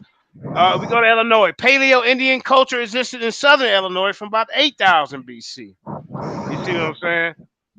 in Desmore, Iowa, 8,500 years ago. You see what I'm saying? I mean, they're everywhere. Paleo Indians in Las Vegas, that's say 12,000 years ago. So where's this tribe of Gad? All over the United States, where did the Gad go to? How about in Utah? They didn't go to Utah neither because the Paleo pre-Indian history there was 8,000 BCE. Did they go to Wisconsin? I think not. Paleo Indians, the earliest ancestors of Native Americans. And why do they look so much like them Siberians? Yeah, right. Hold up. Paleo Indians, the earliest ancestors of Native Americans, arrived now in Wisconsin during or after the retreat of the last continental glacier about 12,000 years ago. I mean, we can keep going on and on. Where did your Indians land? And why the Inca? Why those with the Ignut? Why they look goddamn Asian? That's what I'm talking about. Hold on, you want more Paleo Indian history? Let's go here. Paleo Indian period. They go back even farther. The Encyclopedia of Virginia. You see? Let's see what they say. I mean, something gonna have to give here, brother. All right. Paleo Indian period, 16,000 to 8,000 BC. Came toward the end of the Ice Age and the time when the climate warmed to the largest mammals became extinct. You see what I'm saying? It says at the Cactus Hill archaeological site in Sioux City County, these date back 16,000 BC, or well, better before the Clovis culture. We thought the Clovis people was some of the earliest. They keep going back further and further. So you need to update the information. Hold on. What about Lucia? Who? Lucia. She was about 13,000 BC. They found her around Brazil. Right. Now, don't get it confused with Lucy. You said Lucia? Lucia, yeah. The foster, yeah. We don't want them L-U-C-I-A. Yeah, we don't want them because they'd be like, oh, yeah, Lucy. You know, them guys out there with Lucy. Nah. All right. Lucy. Can I respond to his assertions, please? Say what, brother? Can you pull up screen, Kareem, before you pull screen? Can I respond to what he just said? Yeah, you can pull it out. Before you pull it out, Kareem, can I respond to what JJ just said? Yeah, you're going to deal with the Paleo Indians, right? Yeah, so who's the father of modern chronology? Brother. Are you going to deal with Paleo? The question. Listen, bro. All due respect, it's a show. Can you answer the question? You ain't answered one question that's been presented to you all day. Now you want somebody to answer. Who is you tell me who the father is. I don't know his name. Okay. This is why we don't get nowhere, because I don't know nothing. All due respect, I love you, Jeremiah, but I apologize for getting disrespectful because I love you, man. But anyway. Okay, go ahead, brother. So let me ask you else on the panel. Whoa. Before you get into that, who do you use your time and chronology from? Sorry, we'll do that. So I'm asking the panel, who's the father of modern chronology? All right, go ahead. Who's the father of modern chronology for the panel? There is no father. The Encyclopedia Britannica considers who the father of modern chronology, according to Encyclopedia Britannica. Probably some European man. Who? I mean, we're not going to play no. I'm asking for his name. What difference does it make, man? Who gives a shit? Right, this is what they do, man. Now deal with the goddamn man, Karima. He don't get the flow for that bullshit. Let's get back to the goddamn Paleo Indians. Before we read what's on the screen, which is please let him read what's on the screen, because mute your mics. So before we read what's on the screen, as you can see, the father of modern chronology, called the Encyclopedia Britannica, as Joseph Scaliger. He's the father that all the textbooks use for chronology, Joseph Scaliger. And his dates have been proven to be complete bogus. All his 99% of his dates have been debunked. He's the father of modern chronology. All of the dates that he did has been dismissed by a mathematician named Anatoly Fomenko, which I wrote about. I wrote a book called Truth About History Redaction Editions, which is inspired by Anatoly Fomenko's work, who was a Russian mathematician. And he hold on, please don't cut me off, man. And I'm reading the article. He recalculated. I'm just reading the article. We're going to read the article in a second when I'm done. So he recalculated a lot of Scaliger's dates mathematically, and it showed that they were incorrect. So to appeal to authority, there's Indians at 10,000 years old. Most of these dates have been totally dismissed. This is bogus. But let's read what's on the screen if we could, Kareem, or somebody wants to read that. Let's show, because he said, "Oh, Lewis, you're a fucking liar." So let's show what I'm that saying. article don't say nothing about being undismissed. You just made that up. I'm gonna start. Where do it say that everything's been dismissed? No. You just said that, bro. Brother. We're not gonna let you do that, bro. Brother, no. Before you started talking, bro, you making outlandish claims. Show me right now where it's been dismissed. Let's get to that. An Indian status scam. Man, you playing games, bro. Man. You ain't answering. It says, listen, it says suspected Indian status scam that told a man. This is not even based on the true shit, man. Look at this. Can we read this? Could you read that? I can't. Somebody read this. No, this is just some motherfucking. Oh wow. This article is about how this is not something that you can even break your. Of course we can. Hold on, let me finish. Put your money on your mouth and say this is an accurate article. So this one article proves that what? What does it prove? This article is going to prove that there was a guy who sent his dog's DNA into we finished. Please stop cutting off. It's saying a suspected. What is wrong with you, bro? You got issues. You got mental issues. Hold up, Apostle. Hold up. I want to hear where you going with this. This guy has a mental issue or something. He keeps cutting me off. What's wrong with this dude? But anyway, so as you can see, we're about to prove, before JJ started articulating what he was saying, I made a statement about the dog's DNA that they sent in. Let me see. That they sent into the DNA company and they came back Native American that he was a fucking dog. So you're going to read that. He said, "Oh, Lewis, you're bullshitting us. This is bullshit." So let's read it here on the screen. What DNA company? DNA and then it came back Native American. Let's read it. What DNA company was it? I have to read it, bro. It's a suspected Indian status scam. Start at the top. Start at the top so we get the whole fucking article, please. So y'all niggas can't jump around and say I didn't say this. We can't it's play that already game. Telling you what it is right here, man. All right, let's start at the top. Start at the top, please. You don't even understand the article you're reading. You're a retard. We start at the top. No, yeah, I'm a retard, but this is your evidence. Okay, hold up, y'all. Hold up. That was a good question. Hold up. Man. What DNA company? We're reading it now. It was a DNA company from Canada that nobody uses. Start at the top, please. Tribal culture can't be bottled in a test tube. All right, let's read it. Let's read it together, everybody. Come on, Rabbi. Read the headline, bro. Read the fucking headline. Not over that. The bold letters in the headline. Okay. So what? Okay. So you said all of them do this? Just read it. Can you read it, please? Why are you dancing now? After the DNA dog debacle, indigenous researchers say ancestry testing is a super science. Let's read it. Let's read on. All right, let's go. Let's go under the lady's picture. All right, now okay, go ahead. Read. Now you read it. It's so fucking small on the screen. Read it, bro. Read this shit here. How you gonna pull something up and you ain't gonna read it? Okay. You can blow it up on the screen. Let them read it. Damn. Come on, man. Let's go. Go ahead. I can barely see it. Somebody read it. Well, then you got to get off the screen then, bro, because I got some information I want to show, man. You playing games, bro. You gonna bring no problem. So, you can read. It already says it's a suspected Indian status. It's a scam. It was a scam. My God, you don't know the difference. You don't know what a scam is? All right, I'll read it. So what DNA company did this, Rabbi Lewis? That's what you tell us. Bro, it's not even mentioning. It's not even mentioning. Scam. Right, they got scammed, bro. So you got to do better than this, man. Bro, it says even. It says even in a credible DNA lab, there are problems using tests determine indigenous affiliation. Kim something says a suspected Indian status scam. So the scam is the DNA testing itself, not the dog specimen.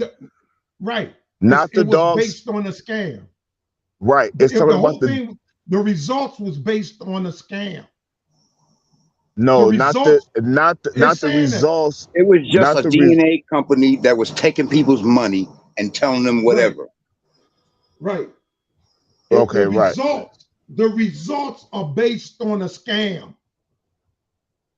Right, of the company. The bottom line is DNA can show you who you are related to, but it can't show you specifically what tribe in Africa you actually come from 10, 20,000 years ago. So DNA only goes back 7 to 8 generations. That's been proven. So Besides right. 8 So the generations. point is, it can show you who you are related to. No, it doesn't go back Who beyond you 8 share generations. DNA with. Your It DNA will show testing you does that. not go Okay, back. hold up. You share 50% All right, hold on. Let me DNA with ask him your a question, parents. Apostle. Let me ask him a question. So, how do you determine your 12 tribe chart? Do you use DNA? I just made it crystal clear. The DNA only goes back 8 generations. So, how do Beyond you? that, it's been Whoa, bro. Answer the question. How Sure. did you figure out? How did you figure out that your 12 tribes chart was right? Right. That's all Certainly. we asking. Certainly. Based on prophecy that interlines with geography and anthropology. Huh? Biblical prophecy, geology. Biblical prophecy says Isaiah 11 through 12. So you got to show a Native American that came from Kush. They told you that Isaiah 11 was fulfilled in Acts 2nd chapter. Fulfilled that. So when in archaeology can you show a Native American that came from Kush? Anytime, ever in life. It's funny. Come on, man. Answer the question. We waiting. Didn't Garfield just write a book? Nobody read that.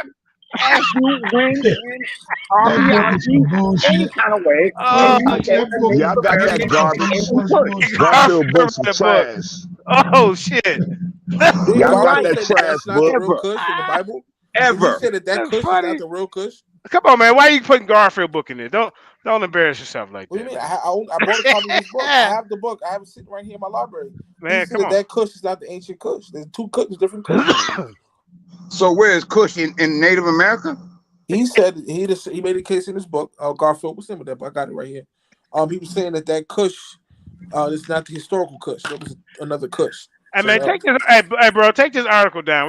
This article does no help. Yes, all this article was saying. This article was horrible. All this article was saying Thank you, bro. that you had a nigga. That was horrible. Oh, you said somebody. He had his dog's DNA. He said his DNA to the dog's DNA to the company, and it came back Native American. They were like, "Yo, what the hell's going on? This shit is bogus." All right, that's enough of that. That's enough of that. Excuse me. The company is the same. Scam. Shit, I don't know how you can get that shit, man. So you're saying that so because hold up. So you're saying that because of one company right here, we should not trust the DNA process or nothing like that, right? No, I didn't say that. That was open and salvo. Okay, so why did you even bring that into the play? Because that was part. Nope. I'm glad you said that. Why bring it into a serious conversation? Right, why play games with us, man? You've been playing games, skipping the jumping all day. Hold up, bro. I've been banging on him You about want us to buy your book? You can. Let's start with the Guatemalans. Hold up. Let's start with the Guatemalans. Who are they on your chart? Who are they? Pull my book up and I'll read it for you. You can't even tell us who it is, and you wrote the book on us, and I got to pull your book up. I don't even think you know. It's my work. How about I know? Who's Zebulon on your chart? You said the Guatemalans. Okay. So start with them. Start with them. Go ahead. I got you. I'm pulling it up now, bro. I'm pulling up the chart, bro. That's the tribe of Zebulon, Guatemala to Panama. That's Zebulon. Hello. So Zebulon got off on the ship. Where they came over here on ship, right? Yeah, the Guatemalans to Panama, the Zebulon, tribe of Zebulon. Did they come on the ship though? Let's see what the Guatemalans say about themselves. Can we look that up? You do what you want, bro. It's your show. I thought he would at least say the Filipino, because the Filipino speaks a dialect that's close to me. It's called Tagliatelle. Are they in Guatemala teaching right now that they Israelites? Talking to me? Yeah. Say it again, brother. I'm sorry, I couldn't hear you. Somebody had background. Somebody else translate for him. I don't think he understands. Nah, somebody's had their mute with us. So we had background. Somebody translate for him. We speaking a different language. No, somebody had background noise. I couldn't hear you because somebody had the mic. Man, you playing games, bro. You've been on here for 2.5 hours. You've been playing games all day. Okay. You told me you was gonna come on here and show me how your book is factual. All right, let's start with Judah then. All right, let's start with Judah. Who is Judah? Judah is is African Americans. Okay, you good with that one, huh? All right, now who is Issachar? Mexican. Okay, now so Mexican DNA, they got 64% European in them. How are they Judah's brother? We're talking about the Y DNA or X chromosome? YX. We're talking about the paternal makeup. The paternal makeup is 64% European, 20% Native American, and 5% African. Right. Yes. Those who don't go back to Europe will be Israelites. Correct. Simple. So you just said all mixed. Whoa. Hold on, Apostle. Say that one more time. Say that one more time. Bishop. What you call yourself, Rabbi? Say that one more time. Yeah, this is just the ones that what? Hold up. The ones that what? Hold on, Jesus did a parable about this. No, we ain't doing no goddamn parable because you just put your goddamn foot in your mouth. No, I didn't. You put your foot in your mouth. No, listen what you said, bro. You said the ones. I asked you about the 64. So the Mexicans got 64%. European are not Ishkar, right? Correct. Let me. You didn't say that. You didn't say that earlier. You said okay. You said all the Mexicans is Ishkar. Okay, let me respond to that. See what I'm saying? You playing games, bro. I'm not playing games. Show me your book where you distinguish that. Go to the page. Allow me to respond. Go to the page in your book right now, bro. Bro, let me respond to that. Can we go to your book? I got your book. You sent me the book, right? Yeah, what page can I go to where you said this? Where I said what? That not all Mexicans is Ishakar, but only the ones who got the Negro in them. So wait a minute, ain't that Judah? Bro, that's common sense, bro. So for the 5%, so only the one that got the 5% Negro in them is what? Who are they? They Ishakar or Judah? Which one? Okay, that would be. Which one is it? Okay, you put your foot in your mouth. I didn't caught you. Okay, can I respond? You gotta allow me to respond. No, man, you playing games. It's rapid fire right now. Let's go. Allow me just to respond. No, I want you to allow you to reiterate what you said. Now, I asked you 64. I said 64%. I said 60% is Europe. No, 64% is European. Right. Because at first you said all the Mexicans was Ishakar. So then when I broke out my statistic, you said, well, no, not them. Then I asked you, well, can you show me that? You said, I've been saying this. I said, show me that in your book. You can't. You compare apples to oranges. You playing games, man. No, you're playing games right now. You're playing games, bro. You're playing games with the people. Okay, let's ask the panel. Is he playing games? Raphael, you're playing games. That man. Yeah, I mean, Deuce will be bringing it out, man. Bring out that work. Yeah, David Ben Yakina. Is he playing games? Yeah, most definitely. All right, there we go. Zion Warren, is this guy playing games? Zion might not be by the phone. Apostle, is he playing games? He's not a very good player, but he's trying. He's not. Bro, that's it. That's enough for you today. You have been caught by one of the best, man. We have caught you. Now, you just said before that all Mexicans is Ishakar. Now, can I say one thing? From the European 64%, you said no, well, not them. But their whole genetic makeup is 64% European, 20% goddamn Native American, and 5% African. You said, well, no, the African part is Ishakar. Man, you playing? Been doing that all. Yeah, man, that's enough of okay, that's enough for him for today. We seen enough. Let's talk about something else, man. It's over with you. For you. Can I say one thing? Yeah, go ahead, Raphael. Between 1874 and 1944, they brought like 6 million European Spaniards into Native America. Where'd they go? They Mexican? They Israel too? Easter Kid, what they call them? Easter Kid. What they call them dudes, man? Spaniards.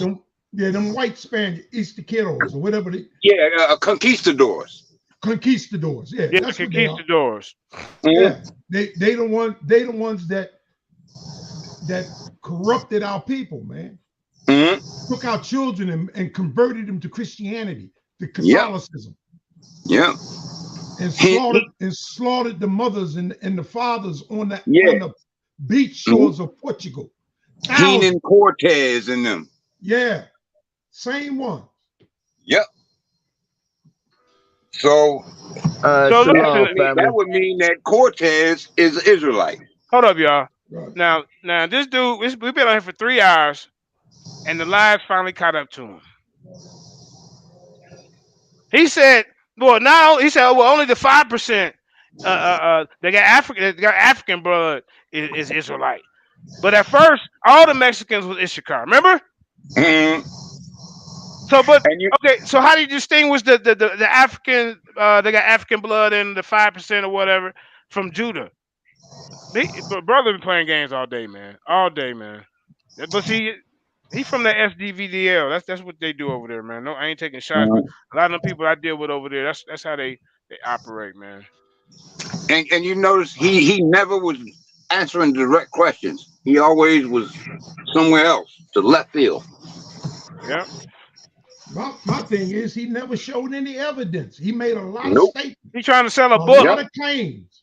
He seen Yep. Garfield sell trash books, and now he said, "Well, goddamn, buy my book." But he never backed up anything until he tried to back up that dog statement, and he misunderstood that. He didn't even accurately deliver that message. Yeah.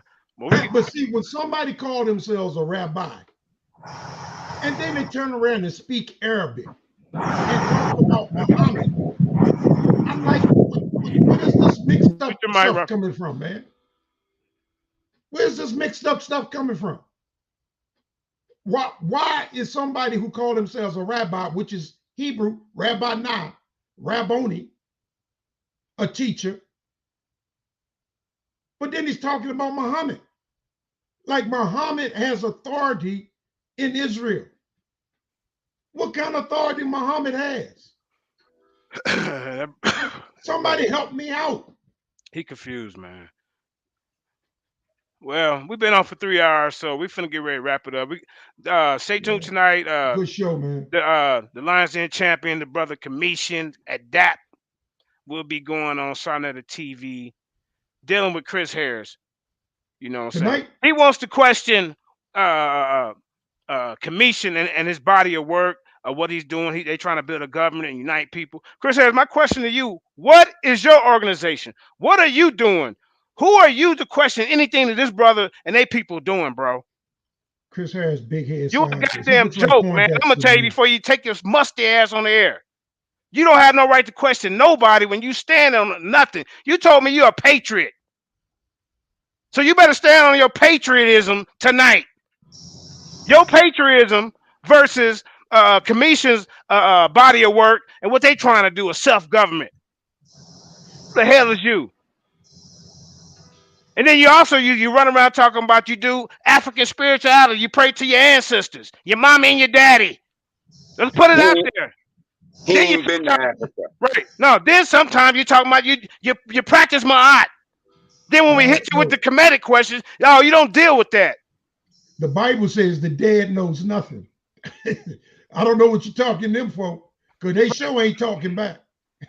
So, I mean, we're going to see tonight, but we don't want to see all that gish galloping and asking this man a million questions when they out there trying to unite people, and all you trying to do is divide and tear down. You see Commission went over there and did that work, so now you want to get your name attached to a commission. Bro, we see you, bro. You a goddamn snake, bro. You a clout chaser, bro. Whenever you talk about talking to the dead. No, we won't. We might raise up something. So, Sonetta, to be honest, we want him to put up something. Commission gonna defend what he's doing, his body of work. What the hell is Chris Harris doing? I bet you Chris Harris, in the title of this shit that y'all gonna see tonight, it won't be nothing about Chris Harris defending anything. Watch what I tell y'all, man. But I want to put that in y'all mind before y'all go watch it. When y'all watching this, and you'll be like, why is this brother steady asking questions about this brother's organization? He's not your typical Moor, brother. So you can't just try to lump them in one box. You don't even know the brother. So how you got questions? We got questions about you. One time you're agnostic, next time you're atheist, then next time you run with ma'at. You all over the goddamn place. Then you told me you was a goddamn patriot. George Washington and Ben Franklin, founding forefathers type shit. When you say you're a patriot, that's what come to mind. So like I said, Chris Harris, you better tread lightly when you're running up on Commission. And guess what? You better be ready to defend what you believe in, because there ain't gonna be no goddamn one-sided story. And also, I hope you listening too. Stay out the goddamn way. You keep trying to come over here and pick and choose out the bunch over here, but you still want to disrespect Lions Den. We honor you, bro. Then you want to put your fake bogus poll out and say, oh, that's what Lions Den lost on that. Somebody from the Lions Den lost. Well, you see what the poll say? Yo, motherfucking crowds is idiots. They train. It's like cult-like over there. You can you can slap them with the goddamn truth, and if somebody say, hey, you know what I'm saying, send the signals out and all that shit to go against it in the beginning, they gonna roll with them. So like I say, man, don't play games with Commission. You make that shit fair tonight. So I'm telling you this before the show go on, bro. Anybody else got anything to say other than that? We gonna get up out of here.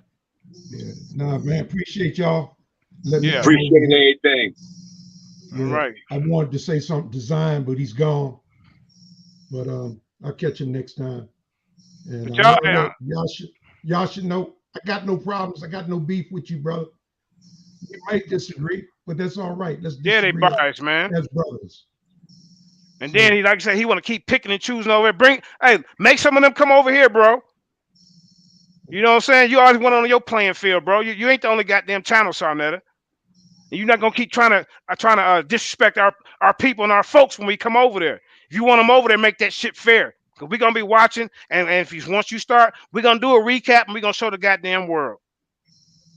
And he can bring Jabari for that human sacrifice. Yeah, I'll rip him. You know I got it. I'll send you all that info. Right, man. I'm just saying, man, Commission, like you said, you know what to do, man. This dude, like I say, all he do is like you say, gallop, make up. He move the goalposts, making up arguments that you ain't even arguing. You see what I'm saying? Chris Harris, you better come with an A game and please bring something that you're going to defend. Whether it's your mommy and daddy spirit worship, whether it's your patriotism, whether you go when 1 minute you're talking about you ma'at, you better defend something. Put it up and be a man. Since you want to try to attack somebody else's goddamn disciplined way of life. We sick of that shit. Oh, it's something in his presentation that I didn't like. As a matter of fact, before the show go on, you should send him your goddamn your disagreements. You like that goddamn what they call that gotcha type of shit. Gotcha. No, what you complaining about, bro? What is you doing over there? Where's your organization? Who you with? You too busy up on the Sarnetta teabagging them. That's what you doing. Oh, Sarnetta. You know, they all up there like this and shit, like you so sophisticated. Man, sit your ass down, man. You straight cloud chasing and you know it. You done ran from everybody. Remember, you came and bothered me. I was at home. Matter of fact, I was on the phone with Apostle. And then Sarnetta and Chris called me because me and Reggie was supposed to debate. Reggie ran from it. Reggie don't ever say Greeks wrote the Bible no more. I stopped him from that shit. You called me, said I'll be your Huckleberry, all that old weird gay cowboy shit you watching. That's what you did. I said, well, okay, well, we can do it. Hey, we can do this debate tomorrow night. Tomorrow? What do you mean tomorrow? I got that on tape. I got it on tape, so you can't deny it.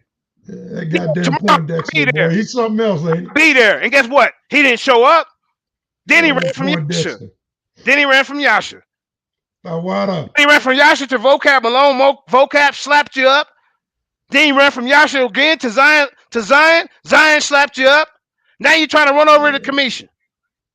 But on every occasion, you are trying to attack somebody else. What do you got to put up to the table? We tired of seeing you on the goddamn offense. When you gonna play some defense? A game is offense and defense. That's a fair game.